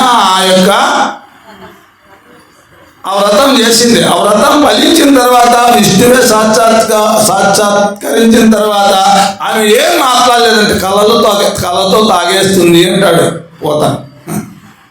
కళ్ళతో తాగిందంటే, అంటే నోటితో తాగుతారు కానీ కళ్ళతో తాగేవాళ్ళు ఎవరైనా ఉంటారంటే ఇక కళ్ళు అప్పగించి పూర్తిగా ఆనందాన్ని అనుభవిస్తూనే ఉంటారట. అది కళ్ళతో తాగడం. ఇక ఏమీ జ్ఞాపకం ఉండదు, ఆనందం అట్లా ఉంటుంది. అదే కృష్ణుని తీసేటప్పుడు కూడా ఈయన ఆనందం కూడా ఇంకా అందులోనూ ఊరికే చూడడం కాదు. ఆయన సపర్యాలు సాక్షాత్తుగా భగవంతుడు అనేటటువంటి భావన కలిగినటువంటి వానికి నిరంతరము భగవంతుని యొక్క తన హృదయంలో పెట్టుకొని జపిస్తూ ఉన్నటువంటి వానికి ఇక సాక్షాత్తుగా వాళ్ళే ప్రత్యక్షమైతే ఎట్లుంటుంది, ఇంకన్నీ మర్చిపోతారు. అన్నీ మర్చిపోయాడు ఆయన, ఏం మాట్లాడలే ఉండిపోయాడు. అలా ఆనందపడుతూ తన్మయత్వంలో ఉండిపోయాడు. అలా కూర్చోబెట్టిన తర్వాత అడిగాడు, అయ్యా మనకు ఎట్లుండేవాడు గురువు? ఆ రోజు గురువు ఎవరు? సందీప మహాముని. ఆ రోజు అక్కడికి వచ్చి ఆ మాటలో ఆయన ఎట్లా గురువు? మామూలు గురువా? తిమిర ప్రదీపముచు నవ్వేంపై బ్రహ్మమును అనుభవించు నిరంతరము బ్రహ్మానందంలో ఉండేటటువంటి గురువు. అని మామూలు గురువు కాదు కదా. మన గురువు ఎంత గొప్పవాడు. అందుకే గురువును ఎంత ప్రశంసిస్తాడంటే సాక్షాత్ భగవంతుడైనా అంతగా ప్రశంసిస్తాడు. కుచేలా సుధామా, కుచేలా అని కూడా లేదు, సుధామా మన గురువు ఎంత గొప్పవాడు. అస్సలు ఆయన అనుకుంటేనే ఒళ్ళు పులకరిస్తుంది కదా. ఎంత గొప్ప అజ్ఞానం అనే తిమిరాన్ని పూర్తిగా చీకటిని ఏ విధంగా సూర్యకిరణాలు చీకటిని మాయం చేస్తాయో అలాగా అందరి అజ్ఞానాన్ని పటాపంచలు చేసేటటువంటి గురువు ఆయన. సత్కర్మ నిలుతుడు అతల భూతర శ్రేష్ఠుడు. ఈ భూమి మీదే అటువంటి గురువు ఉన్నాడా అన్నట్టుగా సత్కర్మ నిలుతుడు. నిరంతరము యజ్ఞాలు, యాగాలు, వ్రతాలు, దానాలు చేసేవాడు.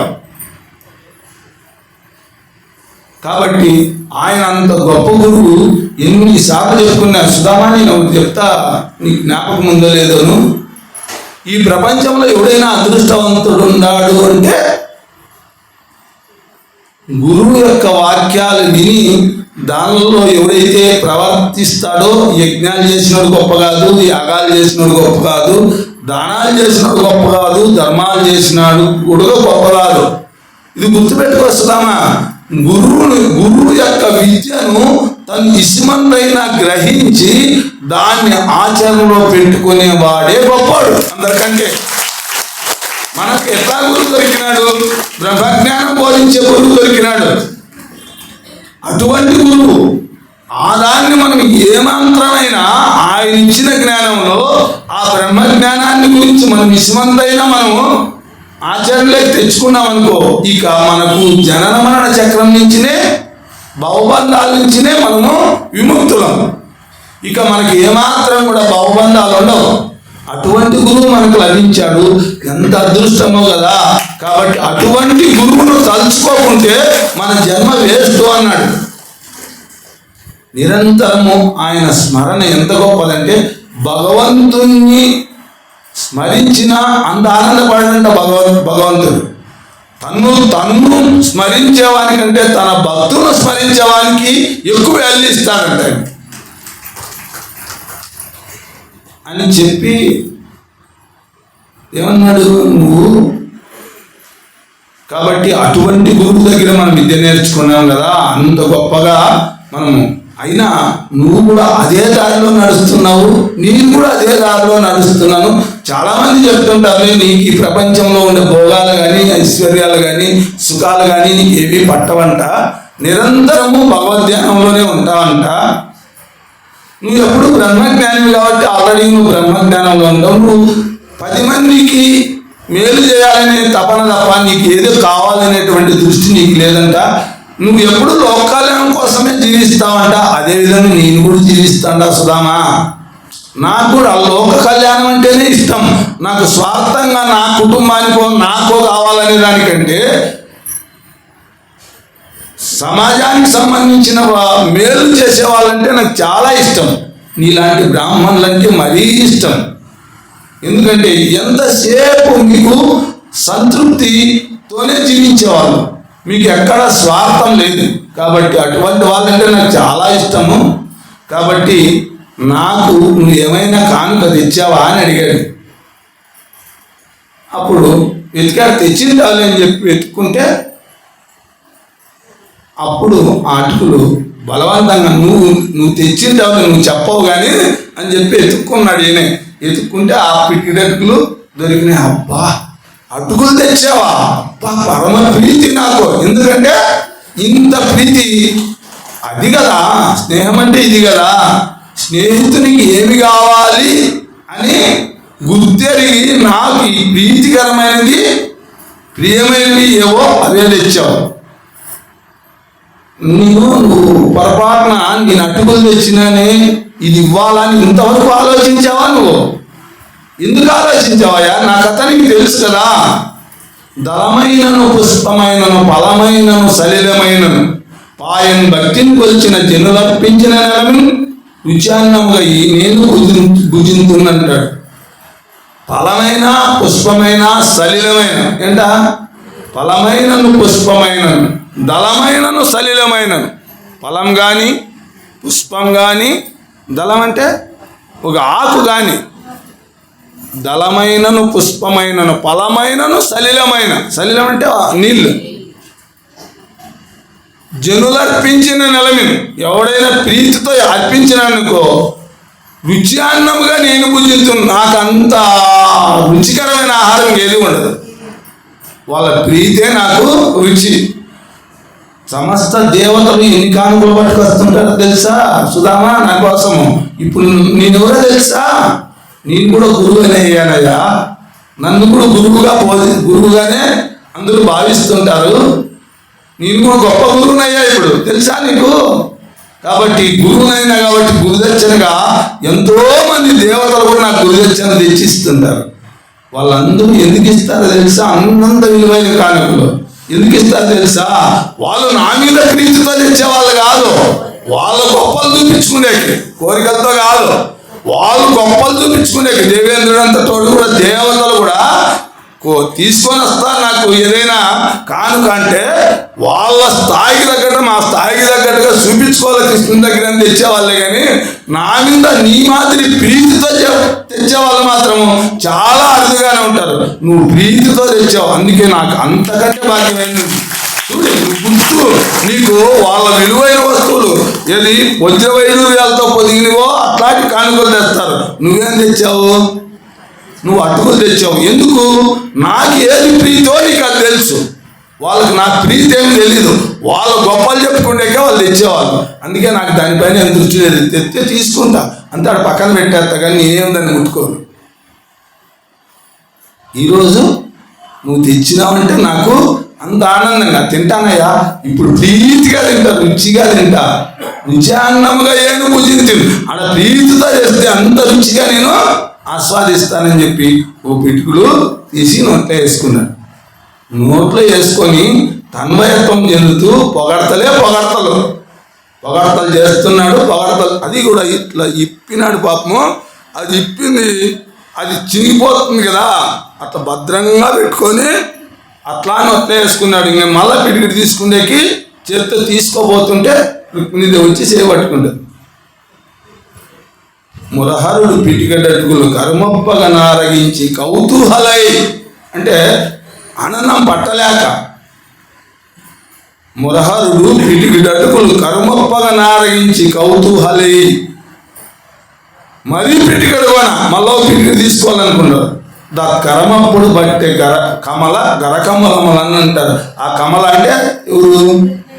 రుక్మిణీదేవి వచ్చి చెగట్టుకుందంట గట్టిగా, సాలయ్య స్వామి బ్రహ్మాండాలంతా నిండి ఉండేవాడివి, నువ్వు పిడికిడి దున్నావంటే మొత్తం బ్రహ్మాండంలో ఉన్న సమస్త జీవరాశులకు త్రేన్పు వచ్చిందంట, సమస్త ప్రాణకోటికి త్రేన్పు వచ్చిందంట. ఎందుకంటే తృప్తి చెందిపోయినాయంట ఆ క్షణం. ఎందుకంటే ఆయన తృప్తి చెందితే మొత్తం సమస్త సృష్టి తృప్తి చెందిందంట. ఇంకెంత పుణ్యం వచ్చింది అతనికి? దాన్ని లెక్క కట్టేది ఎట్లా? మొత్తం సృష్టి మొత్తానికి భోజనం పెడితే ఎంత పుణ్యం వస్తుందో అంత పుణ్యం వచ్చేసింది అతను ఒక పిడికిడి తింటానే. ఎందుకు వచ్చింది అట్లా? అందరికీ పెట్టినంత పుణ్యం ఎందుకు వచ్చింది మేడం? ప్రేమతో కాదు మేడం. ఆయన ఊరు సర్వాంతర్యాన్ని, అన్ని జీవకోట్లలోనే ఉండేటటువంటి ఆయన కడుపు నిండితే అందరు కడుపు నిండినట్లే, ఆయన తృప్తి చెందితే అందరూ తృప్తి చెందినట్లే, ఆయన ఆనందంగా స్వీకరిస్తే అందరికీ ఆనందం కలిగినట్టే. అందుకోసం మొత్తం అందరిది కలిపి భాగ్యం ఒక పిడికిల్లో వచ్చిందని చేపట్టుకుని. ఎందుకంటే స్వామి ఒక పిడికిడితోనే అయిపోయింది, ఇంకా ఎన్ని తరాలు తిని అయిపోదు అతనికి ఆ పుణ్యం. ఇక నువ్వు మళ్ళా పిడికిడి పెట్టినావు అనుకో, ఈ పిడికిడి బాకీకి ఏం చేయాల్సి వస్తుంది తెలుసా? నేను మళ్ళా ఎన్ని తరాలో ఆయనకు దాసునిగా ఉండి సేవలు చేసుకోవచ్చు. నిన్ను దాసుని చేసేస్తుంది, ఇంకా దాసులుగా ఉండాలి వాళ్ళకు. ఆయన సాలు అన్నాడు. అప్పుడు నవ్వాడు కృష్ణ, అర్థం చేసుకున్నాడు. ఆయన కూడా ఆ యొక్క భక్తిలో తన్వయత్వం చెంది రెండో పిడికిడి తిని మొదలు పెట్టాడు. కానీ రెండో పిడికిడి తింటే మనము మళ్ళా ఎన్ని జన్మలో వాళ్ళకి సేవలు చేసుకుంటూ ఉండాల్సి వస్తుంది అనే ఆలోచన కూడా మర్చిపోయాడు. అందుకే భగవంతుని కృప అట్లా ఉంటుంది. అలా భక్తుల కోసం తను ఇచ్చుకునే కూడా సిద్ధమవుతాడు భగవానుడు. కాబట్టి ఆయన ఇచ్చిన తర్వాత అప్పుడు నగాడు, చూసుకొని నక్కున్నాడు, అవు కదా అని చెప్పి అప్పుడు ఇచ్చి వాళ్ళని తినమన్నాడు. ఇవన్నీ చేస్తుంటే ఆశ్చర్యపడినది ఎవరు తెలుసునా? ఎవరు? రుక్మిణీదేవి అట్లా ఆశ్చర్యపడింది. చెలికత్తెల పక్కన అవి తీసుకురా ఇవి తీసుకురా అంటే మళ్ళీ పక్కన పరిగెత్తా అంటారు కదా. వాళ్ళు అనుకున్నారు, ఈయన దేవేంద్రుడు వస్తే కూడా ముక్కోటి దేవతలకు రాదు, బయట హాల్లోనే కూర్చోబెట్టినోడే కానీ ఎప్పుడు ఇంటికి పిలుచుకురాలేదు. ఒకవేళ వస్తే వాళ్ళతో ఏదో మాట్లాడి సంప్రదించి పంపించేవాడే కానీ ఇంట్లోకి పిలుచుకొచ్చింది లేదు. ఏదో తెచ్చిస్తే వాళ్ళ సేవకులను తీసుకురమ్మని ఏదన్నా వాళ్ళకు మర్యాదలు చేయమని చెప్పేదానికి కూడా వాళ్ళు వచ్చి చేసి ఇది అది మన ఇంటికి ఎవరన్నా ఏమంటారు, వాళ్ళు కూర్చోబెట్టి కాఫీ తెమ్మంటామా, డైరెక్ట్గా రా అని చెప్పి చేపట్టుకొని ఏమన్నా వంట రూమ్లోకి పిలిచిపోతాం, లేదంటే పడగదాల్లోకి పిలిచిపోతాం, పిలిచిపోయాం కదా. అట్లా కూర్చోబెట్టి దేవతలను కూడా ఆ విధంగానే వాళ్ళని సన్మానించి గౌరవించి పంపించేవాడు. అలా గౌరవించి పంపించేవాడే కానీ స్వతసిద్ధంగా కాళ్ళు కడగడమేంది, పైకి గంధం రాయడమేంది, ఆ పాదాలు కడగడమేంది, పాదాల గడికి తన్నెత్తిని చల్లుకోవడం ఏంది, తాంబూలం ఇవ్వడం ఏంది, ఆయనతో పాటు ఆలింగనం చేసుకోవడం ఏంది, ఆ రాత్రి అంతా కూడా ఆయనతోనే పట్టుకున్నాడు. ఇంకా ఎక్కడ వాళ్ళే పక్కన కూర్చొని పళ్ళ తెల్లవారులు ఇవే అడుగులే, ఏవి మనం ఆడట్లా చేసింది, మీరు ఇట్లా చేసింది, ఆడట్లా కలిసింది, వీడు ఇట్లా ఆనందం అన్ని గుర్తుకు తెచ్చుకుంటే భలే బాగుంది కదా, భలే ఆనందంగా ఉందా, ఊరిస్తానే ఉన్నాడు. అలా ఊరించుతాడు. ఎంత ఈ గొప్పతనము అని వాళ్ళు చెలికత్తెలు అయితే ఆశ్చర్యపోయిన వాళ్ళు చెలికత్తెలు. ఎవరైనా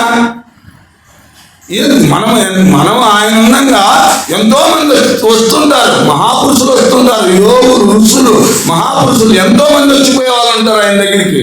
సాక్షాత్ శ్రీమన్నారాయణుడు అని చెప్పి అంతా వచ్చేవాళ్ళే కానీ ఎవరిని వరండాలో కూర్చోబెట్టని మాట్లాడినోడే కానీ పడక గదిలో కూర్చొని మాట్లాడినోడు కాదు. ఇంత సేవలు చేసింది లేదు. ఏమిటి అని చెప్పి ఆశ్చర్యపోయాడు. ఏమి తపము చేశాను ధరణి దిజోత్తముడు తోల్బామును యోగ విస్ఫురదు ఉపాస్యకుడై తన్వారు నీ జగత్యామి ప్రమాణాతు నిజదల్పమున వసించి ఉన్నవాడి మహనీయమూర్తి కెనయే మునిపుంగవులు ఎంతవారలను సమస్త మునులు కూడా ఇతని ముందు కాలిగోటి కూడా సమానం రాడు. ఏమి తపము చేశానో, ఏ జన్మలో ఏ తపస్సు చేశాడో ఏం తపస్సు చేసి ఇంత వరం పొందాడో, ఏమి తపంబు చేసినో ధరణీది విజోత్తముండు, మొత్తం 14 లోకాలకు అధిపతి శ్రీమన్నారాయణ. అటువంటి వాడు యోగ విస్మృత ఉపాసకుడైతన్నారు. నీ జగచ్చామి రమానాథ్ నిజతల్పంలో వసించి ఉన్నవాడు. అటువంటి శ్రీమన్నారాయణ పనుకుండే పాన్పు పైన వచ్చి లక్ష్మీనారాయణ ఉండే పాన్పు మీద తీసుకొచ్చి కూర్చోబెట్టాడు. లక్ష్మీనాథ్ చరణకమల ధ్యానం, ఆయన లక్ష్మీ ఆవాసం ఉండేటటువంటి స్థలంలో తెచ్చి కూర్చోబెట్టాడు. ఎంత గొప్పడు, ఎంత తపస్సు చేశాడో. ఈ జగచ్చామి రమానాథ్ నిజితల్పంలో వసించి ఉన్నవాడా ఈ మహనీయమూర్తికని ఏ మునిపుంగవలు ఎంతవారలను ఏ యోగికుడు కానీ. ఎంతో మంది యోగులను చూసినాం, ఋషులను చూసినాం, మహాపురుషులను చూసినాం, బ్రహ్మర్షులను చూసినాం, రాజర్షులను చూసినాం. ఎవరికి విలువ ఇవ్వలే. ఇంత వెలువిస్తున్నాడంటే ఈయన ఎవరు, ఏమి తపంబు చేసను ధరణీ నిజోత్తముండు తోల్పామున యోగ విస్మృతుపాసకుడై తనరాని జగచ్చామి రమానాథ్ నిజితల్పమున వసించి ఉన్నవాడా మహనీయమూర్తికనయే మునిపుంగవలెంత వారలను. అంటే ఆ మునులు ఋషులు కూడా ఈయన ముందు దిగదుడిపే కాలి కోటి కూడా సమానంగా అని చెప్పి వాళ్ళు కూడా నమస్కారం చేస్తున్నారు. ఎందుకంటే సాక్షాత్ భగవంతుడే ఇంత సేవలు చేస్తారంటే ఈయన భగవంతుడికే భగవంతుడు. అందుకే భక్తులు భగవంతుని కంటే ఎక్కువ అంటే ఏంటంటే ఏం చెప్తాడు దీంట్లో మనం వామనావతారంలో చెప్పుకుంటే ఏం చెప్పి ఎప్పుడు చెప్పింది వామనావతారం? నిన్ననే ఏం చెప్పినా ఆ భక్తులు వైభవం ఏం చెప్తాడా భాగవతంలో? ఆ భక్తుల వైభవం ఏం చెప్పినాడు? పరమ భాగవతుల పాదధూళి సమస్త తీర్థమా సారమనుచు తెలియలేని వారి వారి వారి వారి చేరిన వార తొలత కట్టుదెందు దూతలారా అంటాడు. ఎవరిని? యమధర్మరాజు ఎవరితో చెప్తాడు ఈ మాట? అన్ని ఒక స్కెచ్ చేసి చెప్తాడు. ఎవరు యమదర్శనానికి అర్హులో, యమలోకానికి అర్హులు ఎవరో వాళ్ళందరినీ లిస్ట్ చెప్తారు కదా. ఏమని? యకశక్తమునకైన ఇందిరారమని పలకంగలని దుర్భాషితులను కలలోనైనా శ్రీకాంత్ సద్పాదకమలము చూడని కర్మదృశుల నవ్వుచునైన కృష్ణ ప్రశంసకు జవిదార్పనేది దుష్కథ ప్రవణుల యాత్రోత్సవమునైన ఈశుని గుడిలో తొక్కగలేని దుష్పదలను పరమ భాగవతుల పాదధూళి సమస్త తీర్థ సారమును తెలియలేని వారి వారి వారి వారి చేరిన వారి తొలత గట్టిదెండు దూతలారా అంటాడు. యమధర్మరాజు ఏమంటాడు? ఈ లెవెల్లో ఉండే వాళ్ళు దీనికి అర్హులు లేని వాళ్ళు ఎవరైనా ఉంటారంటే వాళ్ళని తీసుకొని రండి, వాళ్ళని ఆలోచించాల్సిన పనే లేదు, అతకరండి అంటాడు. ఏది? ఎవరిని? పరమ భాగవతుల పాదధూళి ఏమంట? సమస్త తీర్థ సార మనసు తెలుసుకోలేనటువంటి వాళ్ళు, వాళ్ళ పాద ధూళి కూడా సమస్త తీర్థాల కంటే పుణ్యప్రదము అంటాడు. వాళ్ళ పాద ధూళి జరిగితే సార్ భగవత్ చింతనలో ఉండి భగవంతుని పైన ధ్యాస ఉండేటటువంటి వాళ్ళ పాద ధూళి, అటువంటి మహాపురుషులను వాళ్ళ పాద ధూళి దొరికినా తగిన మన జన్మ ధన్యమవుతుంది అంటాడు. ఇక వానికి యమదర్శనం లేదు అంటాడు, వాళ్ళ జోలికి పోవద్దు అంటాడు, ఎట్టి పరిస్థితుల్లోనూ వాళ్ళ జోలికి వెళ్ళొద్దు అంటాడు. ఎందుకంటే వాళ్ళు మనకంటే అగ్రగణ్యులు అంటాడు. యమదర్శనమే లేదంట వాళ్ళు. అందుకే కాబట్టి ఎవడైతే భగవత్ చింతనలో నిరంతరం భగవత్ చింతనలో ఎక్కువగా మెజారిటీ లెవెల్లో భౌతిక ప్రపంచాన్ని గురించి ఆలోచన కాకుండా వాడు ప్రతి క్షణము భగవంతుని ఆలోచనలో ఎవడైతే ఉంటాడో వాడు ఏ పని చేసుకుంటున్నా భగవంతుని ఆలోచన ఎవరికైతే ఉంటుందో వాళ్ళ పాద ధూళి కూడా సమస్త తీర్థాల కంటే గొప్పది అంటాడు. వాళ్ళకు చేసే కీడు కూడా అంత్య బలంగా ఉంటుంది. వాళ్ళకు చిన్న కీడు చేసినా వాళ్ళు ఏమి శపించకుండా ఆటోమేటిక్గా భగవంతుడు తన పట్ల అపరాధం చేసినా క్షమిస్తాడేమో కానీ తన భక్తుల పట్ల అపరాధం చేస్తే క్షమించడు అని చెప్తాడు. వాళ్ళని ఎత్తకరా అంటాడు యమధర్మరాజు. వాళ్ళని చూడద్దు, ఎవరైనా వాళ్ళకి హాని చేసే వాళ్ళను చూసుకోవాల్సిన పనిలా, మీరు లెక్కలు చూసుకోవాల్సిన పనిలా. ఏమన్నాడు ఇలా? పరమ భాగవతుల పాదధూళి సమస్త తీర్థ సారవంచు తెలియలేని వారి వారి వారి వారి చేరిన వారి. ఏమంట? వాళ్ళనే కాదు, అది తెలుసుకోలేని కాదు, వీళ్ళ జతలు పడతారే వాళ్ళని కూడా మలాజు పెట్టాల్సిన అవసరం లేదు. ఇక్కడ బజార్లో కూర్చొని అల్తాలు కొట్టుకుంటుంటారే, ఈ ఊరికి అల్తాలు కొట్టుకుంటే వాళ్ళు పర్వాలే, అల్తాలు కొడుతూ వీళ్ళని గురించి ఏదైనా మాట్లాడుతుంటారే విరుద్ధంగా, హేళనగా మాట్లాడతారు. హేళనగా ఎవరైతే మాట్లాడతారో వాళ్ళని గురించి, ఆ హేళనగా మాట్లాడే వాళ్ళనే కాదంట, వాళ్ళ బంధువులో, వాళ్ళ చుట్టాలో, వాళ్ళ పిల్లలో, వాళ్ళ భార్యలో, వాళ్ళకు సంబంధించిన వాళ్ళు ఎవరినైనా ఎత్తకరాండి అంటారు. అంటే వీళ్ళ కర్మ వాళ్ళకు కూడా ఉంటుందంట. ఈ మాటలు ఇంటే నేను ఇట్లా తప్పులు చేయమా, ఒకవేళ ఉంటే నోరు మూసుకోవాలండి. మనకు లేదు ఆ భక్తి, నోరు మూసుకోవాలంటే వాయి కదా, వాళ్ళని ఎందుకు ఏలం చేయాల? ఏది చెప్పేదేమో శ్రీరంగ నీతిలో, దూరోదేమో గురుచులు అనే మాటలు చెప్తా అంటాం కదా. వాళ్ళు శ్రీరంగ నీతులు చెప్తాంటారంటేనే వాళ్ళ స్థాయి పెరిగినదనే లెక్క. ఆటోమేటిక్గా నీతిలోకి పోయినాడంటే, నీతి మాటలు మాట్లాడుతున్నాడు, నీతికి సంబంధించిన విషయాల్లో ఉన్నాడంటే వాడు ఈ పొద్దు కాకుండా రేపు మాట్లాడు ఖచ్చితంగా. ఎందుకంటే వాని మైండ్లోకి అది ఎక్కింది. భగవంతుని విషయాలు చెప్పేవాడు కానీ, సత్యాల గురించి చెప్పేవాడు కానీ, వాని మైండ్లోకి అది ఎక్కింది అంటే వాడు మారేది మారిపోతాడు. నువ్వు వాడిని విమర్శించి నువ్వేమవుతావు? ఇది చెప్తాడేది మనకు శాస్త్రం. వాళ్ళ జోలికి వెళ్ళొద్దు అని. నువ్వు వాళ్ళేదో వాళ్ళ దాంట్లో విడిచిపెట్టు, ముందు జీవితం విడిచిపెట్టు. వాళ్ళు ఆల్రెడీగా భగవంతుని యొక్క వాక్యాలు వాళ్ళ మైండ్లోకి అన్నాయి. వాడు భగవంతుని యొక్క ఆలోచనలు చేస్తున్నాడు. ఆలోచనలు చేసేవాని గురించి నువ్వెందుకు విమర్శించి నీ పాపం కట్టుకుంటావు? వాడికి ఆల్రెడీ భగవంతుని ఆలోచనలు వాడి మైండ్లోకి వచ్చినాయంటేనే వాడు పుణ్యాత్ముడే, ఆటోమేటిక్గా పుణ్యం వచ్చింది. ఏది? ఇనుము పరుసవేది ఎడ ఉంటుంది, పరుసవేది తాకుతానే ఏమవుతుంది? బంగారం అయిపోతుంది. పరుసవేదిని టచ్ అయితే చాలు బంగారం అవుతుంది, అంతవరకు ఇనుమే. ఎప్పుడైతే పరుసవేదిని తాకిందో అది బంగారం అవుతుంది. ఏం దాని అది ఏం కష్టపడిందని? ఏమి? పరుసవేదిని తాకింది. ఇప్పుడు కూడా భగవంతుని యొక్క స్పృహ వల్ల వచ్చింది, వచ్చి తాకాడంటే అయిపోయింది. వాళ్ళ జోలికి వెళ్ళద్దు. అట్లా వాళ్ళ జోలికి ఎవరైనా వెళ్తే వాళ్ళనే కాదు, వాళ్ళ జతల్లో ఉండే వాళ్ళని కూడా ఎత్తకరామంటాడు యమధర్మరాజు. మన లోకానికి సంబంధించి, నరకానికి సంబంధించిన వాళ్ళు నరకలోకానికి అర్హులు. అలా చెప్పాడు. ఆనందంగా ఆ రోజంతా గడిపారు. పొద్దున్నే పోయేస్తా కృష్ణ, ఇక్కడ నేను వెళ్ళొస్తా స్వామి. మంచిది మిత్రమా అన్నాడు. అని సరే పద అని చెప్పి లేచి, నేను సాగనంపకుంటే ఎట్లా, నేను ఇంట్లో కూర్చుంటే ఎట్లా అని చెప్పి లేచి వచ్చి సాగనంపుతూ బయటికి పోయిన తర్వాత కొంచెం వెనక్కి తిరిగి చూసుకుంటా వెళ్ళిపోయాడు. కూర్చోాడు. ముందుకు వెళ్ళిన తర్వాత అనిపించింది, అవురా నేను ఎందుకు వచ్చాను, నేను వచ్చింది తెలియకపోతుంది ఆయనకు.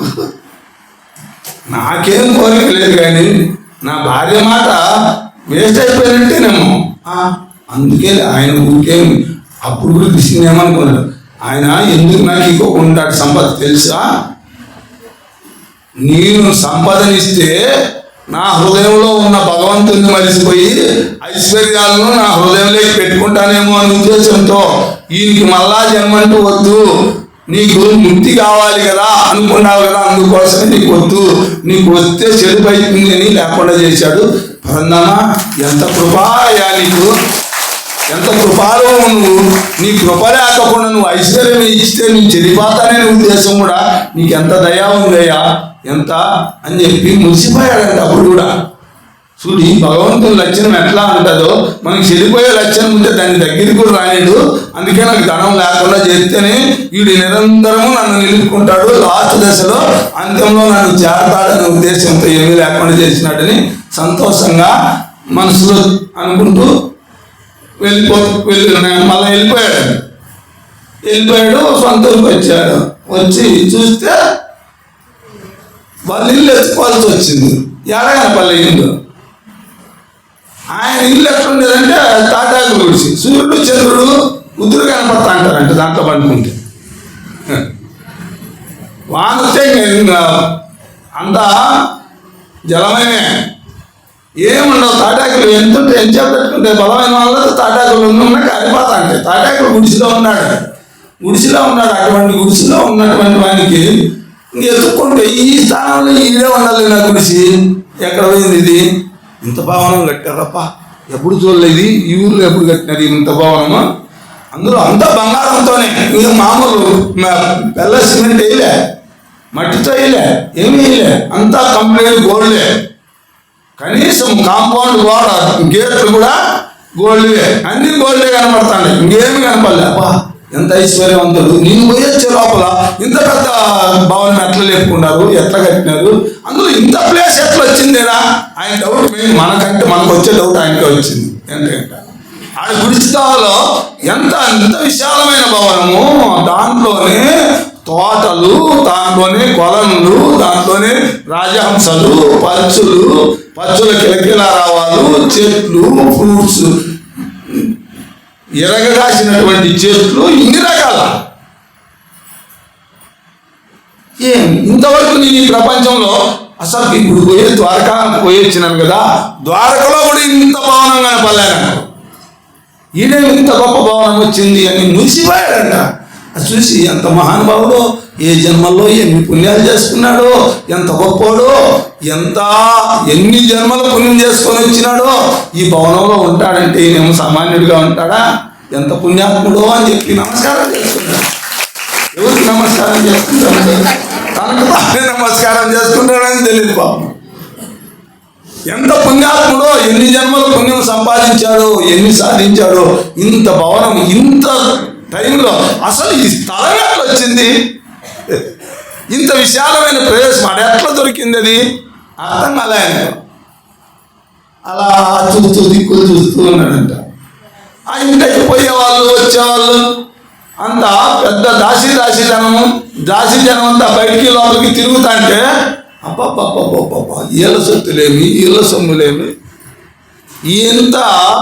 అంతా ఆడు రుక్మిణీదేవికి చెలికత్తలు ఉంటారే అట్లా ఈ కుచేలు వారికి కూడా చెలికత్తలంతా బంగారపు సొత్తులతోనూ బంగారపు పట్టు పీతాంబరాలు కట్టుకొని తిరుగుతాడు.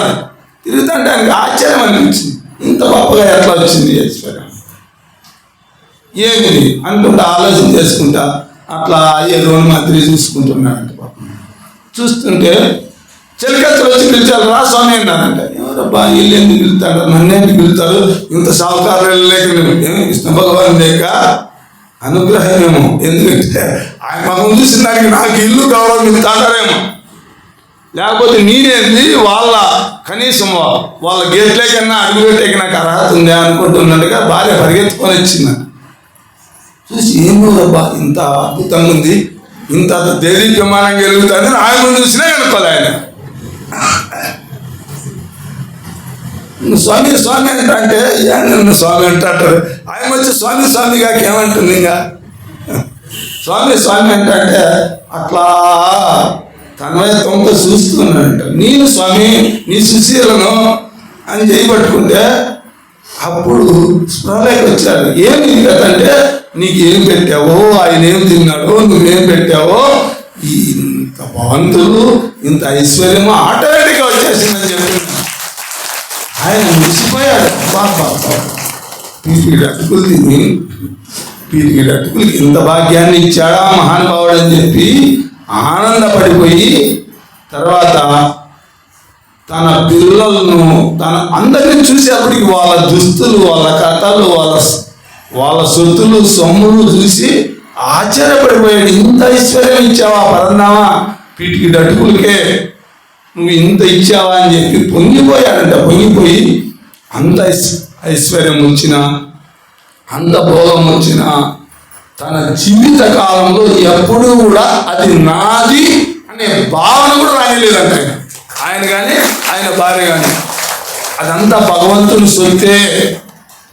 ఆ పరంధాముడే మనకు ఈ భాగ్యాన్ని ప్రసాదించాడు అని చెప్పి సుశీల మనం జీవితంలో ఎప్పుడు కూడా పరమాత్మను మన హృదయంలో పరమాత్మ ఉండాలి. కానీ ఈ భోగ భాగ్యాలు కానీ ఈ ఐశ్వర్యాలు కానీ ఈ సుఖాలు కానీ కాదు.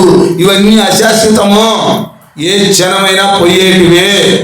ఓనిది ఏదైనా ఉందంటే ఆ పరమాత్మ యొక్క అనుగ్రహం మనతో ఉంటే మనము సుభిక్షంగా ఉంటాము. కాబట్టి ఎప్పుడు మన హృదయంలో అలా సుభిక్షంగా ఉంచుకోవాలని జీవిత కాలం అంతా బ్రతికిన నాళ్ళు ఆ యొక్క శ్రీకృష్ణ భగవానుని హృదయంలో నింపుకొని అంత్యకాలంలో శరీరాన్ని వదిలేసి తర్వాత వైకుంఠ ధామానికి ప్రయాణమైపోయారంటారు.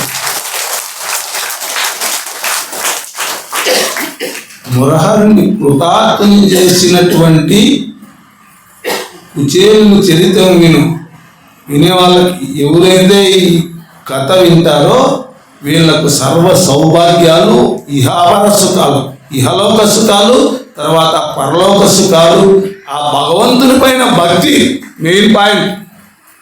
ఆ భగవంతుని పైన భక్తి పెరిగి వాళ్ళు కూడా ఆ కుచేరుడు ఏ విధంగా అయితే వైకుంఠానికి వెళ్ళాడో ఈ కథ పైన ఆస్వాదిస్తూ విని దాని ద్వారా ఆ కృష్ణ భగవాను తన హృదయంలో ఎవడైతే నిలుపుకుంటాడో వాడు కూడా వైకుంఠాన్నే చేస్తాడు. ఇహపర సుఖములు కలిగి యశస్సు, ఇక్కడ కీర్తి, యశస్సు, ధనము, సంపదలు మొత్తం జట్టు సమకూరుతాయి అని చెప్పి ఆ యొక్క ఫలశ్రుతి చెప్పారు ఈ కథకు. కాబట్టి మనమంతా కూడా ఈ కథ విని ధన్యులమయ్యాం.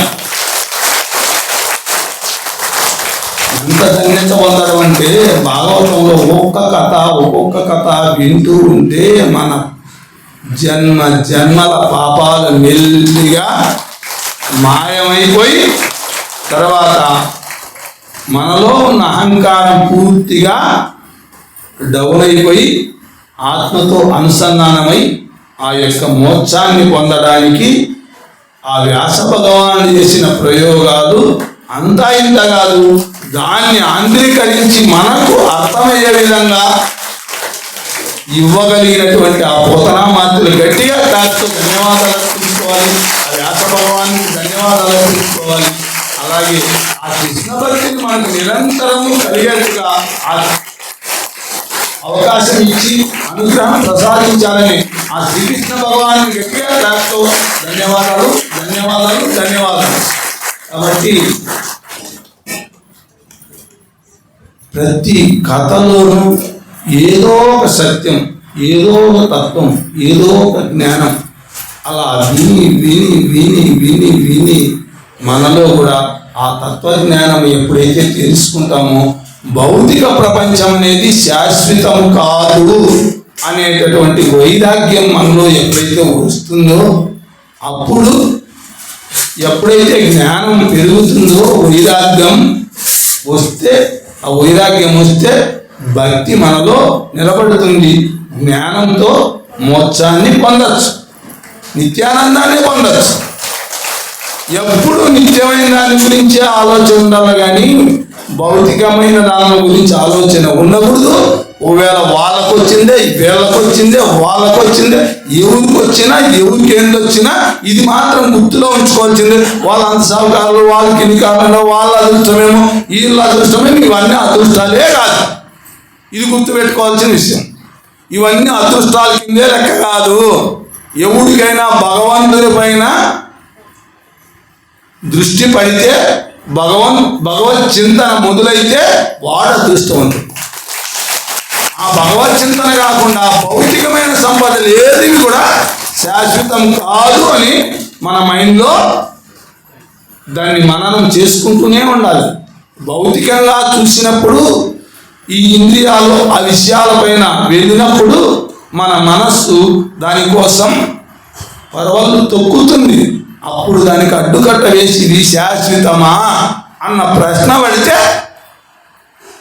ఇవి శాశ్వతమా, దీని టైం ఎంతసేపు ఉంటుంది ఒక్కసారి గుర్తు తెచ్చుకోవాలా. గుర్తు తెచ్చుకుంటే ఎంతసేపు ఉంటుంది?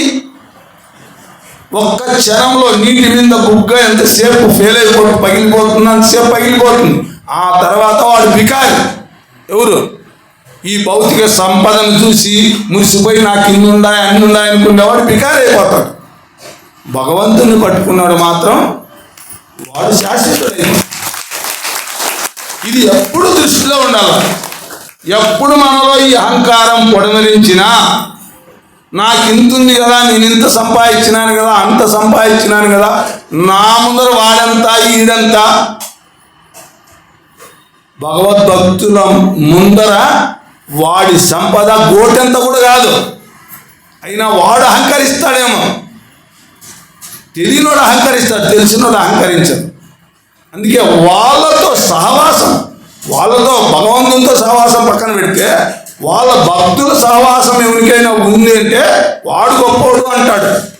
భగవద్భక్తులతో మాటలు ధరణన్నడి చెడని పుణ్యధనముల మూటలు, వరముక్తి కాంతి తేటలు, హరిసిద్వర్గం బుచ్చరని అరుదగు కోటలు అంటాడు. భగవద్భక్తులతో మాటలు ధరణన్నడి చెడని పుణ్యధనముల మూటలు. చెడకోకుండా ధనం ఏదైనా ఉందంటే మనం కలిసినప్పుడు భగవంతుని గురించి 4 మాటలు మాట్లాడేవాడు సహవాసం మనకు లభిస్తే దాని సంపద ముందర ఈ భౌతిక సంపదని ఒక కాలి కోటి కూడా సమానం కాదు అంటాడు. ధరణన్నడి చెడని పుణ్యధనముల మూటలు. ఎందుకంటే అంత గొప్ప? ఇవి చెడిపోయే ధనం. నువ్వు ఎంత సంపాదించినా ఇది చెడిపోతుంది. ఏం చెడిపోతుంది? ఇది పోతుంది, నిలబడేది కాదు ఇది. అందుకే చెడే ధనం ఇది. చెడనిదనం ఏదైనా ఉంటే భగవద్భక్తులతో మాటలు కనీసం 104 మాటలు మాట్లాడినా నీ జన్మధన్యమే. భగవద్భక్తులతో మాటలు ధరణన్నడి చెడని పుణ్యధనముల మూటలు. చెడని పుణ్యం ధనముల మూటలు. మామూలు దాంట్లో నువ్వు దానం చేయొచ్చు, ధర్మం చేయొచ్చు, యాగం చేయొచ్చు, యజ్ఞం చేయొచ్చు, దాంట్లో కూడా పుణ్యం వస్తుంది. అవి చెడే పుణ్యాలు. ఇది చెడని పుణ్యం. ఎందుకు చెడుతుంది? భగవంతుని మాటలు వినడం వల్ల శాశ్వతమైన దాన్ని నీకు దగ్గర అవుతుంది. అవన్నీ కూడా పుణ్యం కూడా అశాశ్వతమే, అది కూడా కరిగిపోతుంది. చెడని పుణ్యధనములు అవి చెడే పుణ్యధనాలు. ధనం దానం చేసినా, లేకపోతే 10 మందికి అన్నం పెట్టినా, అన్నదానం చేసినా, సువర్ణదానం చేసినా, భూదానం చేసినా, గోదానం చేసినా అలా అయినా పుణ్యం సంపాదించుకోవచ్చు. అది పుణ్యం ఉంటుంది, నిన్ను ఆదుకుంటుంది, తప్పదు, ఆదుకుంటుంది. కానీ అది కూడా కరిగిపోతుంది. కరిగిపోయింది ఏదైనా ఉంది అంటే అది భగవత్ శక్తి, భగవంతుడే. అందుకే ఆ భగవంతుని గురించి 4 మాటలైనా, అందుకే భాగవతం ఎంత గొప్పది అని ఎందుకు చెప్తారు తెలుసా? 1,000,000 జన్మల పుణ్యం ఉండేవానికి మాత్రమే భాగవతం వినే భాగ్యం కలుగుతుంది అని ఎందుకు చెప్తారు? డైరెక్ట్గా భగవంతుని వైపు నీకు వాళ్ళ భగవద్భక్తుల మాటలు మనకేమో అర్థమవుతాయి కదా. వాళ్ళతో సహవాసం చేస్తున్నాము. ఏం సహవాసం చేస్తున్నాము? వాళ్ళ కథలు వింటున్నాం, వాళ్ళ మాటలు వింటున్నాం. ధరణన్నడి చెడని పుణ్యధనముల మూటలు, ముక్తి కాంతి తేటలు. ఎక్కడికి తీసుకుపోతున్నది? ముక్తికాంత దగ్గరికి చేరుస్తుంది నిన్ను. హరిసిద్వర్గం కూర్చోరని అరుదగు కోటలు. భగవన్ ధ్యానం నీకు ఎప్పుడైతే ఉందో నీ కామ క్రోధ లోభ మోహ మదమాశ్చర్యాలు అనేటివి పలచబడతా వస్తాయి. దాని బలం డౌన్ అయిపోతుంది. హరిసిద్వర్గం కూర్చోరని అరుదగు కోటలు. ఎందుకంటే వాటిని రానిదు. ఏది? ఈ భగవంతుని యొక్క భక్తి అనేది ఆ కోట మాదిరి నిర్మించబడి తర్వాత అవి ఏవైనా వచ్చినా తోసేస్తూ ఉంటుంది. వరముక్తి కాంతి తేటలు, హరిసిద్వర్గంబు చూడని అరుదగు కోటలు అంటాడు. అందుకే ఏమడుగుతాడు భాగవతంలో? ఏమడుగుతాడు తెలుసా? నీ పాద కమల సేవయు, నీ పాదార్చకులతోడ నెయ్యము, నితాంతాపార భూతదయు తాపసమందారా మాకు దయచేయగదే. భగవంతుడు డైరెక్ట్గా భగవంతుడు నువ్వు నాకు కావాలని కూడా అడగదు. భగవంతుడు డైరెక్ట్గా లభించేకంత సులభం కాదు. భగవద్భక్తుల ద్వారా మాత్రమే భగవంతుడు లభిస్తాడు. భక్తులు సహవాసం లేకుండా భగవంతుడు లభించే అవకాశాలే లేవు. ఎందుకంటే మనకు నిరంతరము గుర్తు చేస్తారు వీళ్ళు. భక్తుడు ఎప్పుడు భగవంతుని గుర్తు చేస్తారు, లేకపోతే మనకు భౌతికంపైనే మన ఆలోచనలు వెళ్తూ ఉంటాయి. ఆలోచన పూజ చేయొచ్చు, వ్రతం చేయొచ్చు, యజ్ఞం చేయొచ్చు, 2 నిమిషాలు 3 నిమిషాలు ఇంకా అయిపోయింది. వాళ్ళకు నీకు భగవంతుని పైన ధ్యాస ఉంది. ఆడు కూడా అది కావాలా ఇది కావాలని కోరడంలోనే అయిపోయి ఉంటుంది. నువ్వు భగవంతుని కోరుకోలేడా? భగవంతుని గురించి నీకు కాంక్ష కలిగించేవాడు భక్తుడే. అందుకే ఇక్కడ ఏం చెప్పాడు, నీ పాదకమల సేవయు నీ పాదార్చకులతోడ నెయ్యం. ఏమంట? నీ పాదార్చకులతోడ నెయ్యం. ఏమంట? వాళ్ళ సహవాసం. నాకు భగవంతుడు భక్తులు సహవాసం ఇవ్వయా అంటాడు. నితాంత పార భూత దయయు, అందరిలో భగవంతుడు ఉన్నాడనేటువంటి అందరి పట్ల దయాగుణం నాకు ప్రసాదించు. తాపసమందారా నాకు దయచేయగదా అంటాడు. కాబట్టి ఇంత మహాభాగ్యానికి మనము ఎన్ని జన్మలు చేసుకున్నాం? 21 రోజు నిర్విరామంగా భగవంతుని కథలు, భగవద్భక్తుల కథలు. భగవంతుని కంటే భక్తునికి తక్కువ విలువేం కాదు. ఆ భక్తులు అంటే ఏ మామూలు భక్తులు కాదు. ఇప్పుడు మనం చెప్పుకునే కథలన్నీ వాళ్ళతో మామూలు భక్తుల కథలు చెప్పుకోలేమని. ఏం ప్రహ్లాదుడు, వృత్రాసురుడు, రాక్షసుడు ఎంత భక్తి. ఇంకా కుచేలుడు, ఇంకా ఈరోజు వామనుడు సాక్షాత్ భగవంతుడే. వామనుడు శ్రీకృష్ణుడు భగవంతుడే. భక్తులు ఎంతమంది చెప్పుకున్నాం? గజేంద్రుడు, ధ్రువుడు, ఎంతమంది కథలు చెప్పుకున్నాము? ఎంత భాగ్యము! 21 రోజు ఎంత భక్తులు, ఎంతమంది కథలు, ఎన్ని కథలు! ఇంత ఏకకాలంలో 21 రోజు ఇది యజ్ఞం కాదు. ఏమంటే ఏంటంటది? మహాయజ్ఞం. మహాయజ్ఞము 21 రోజులు కంటిన్యూగా ఈ భగవత్ సేవలో మనం ఉన్నామంటే పరమాత్మని కోటి ధన్యవాదాలు. నాకైతే నమ్మకమే లేదు. నాకైతే 21 రోజన్నా అని ప్రకటించినామనే కానీ చెప్పినానే కానీ నేనేమని చెప్పినా మీకు గుర్తుందా? ఫస్ట్ అంటే మేడం 7 రోజులు కాదు, 11 రోజులు. అది 11 రోజులే కొంత నిలబడింది. ఇంతవరకు 21 రోజులు కాదు కదా, 20 రోజులు కదా, 11, 12 రోజులు నిలబడితే గొప్ప. అసలు 7 రోజుల్లోనే ఏడపోతుందో కొడుతూ అనే భయం. గొంతు కూడా ఏమాత్రం కూడా 20 రోజులు అయినా గొంతు కూడా ఏమాత్రం కూడా గొంతు రాయిపోకుండా నిలబడిందంటే ఆ పరమాత్మ ఏమంట? పలికేది భాగవతం అట. పలికించేది వాడు శ్రీకృష్ణ భగవానుడట. నేను పలికిన భావహరమగునట. పలికేది వేరుండగా పలుకగనేలా.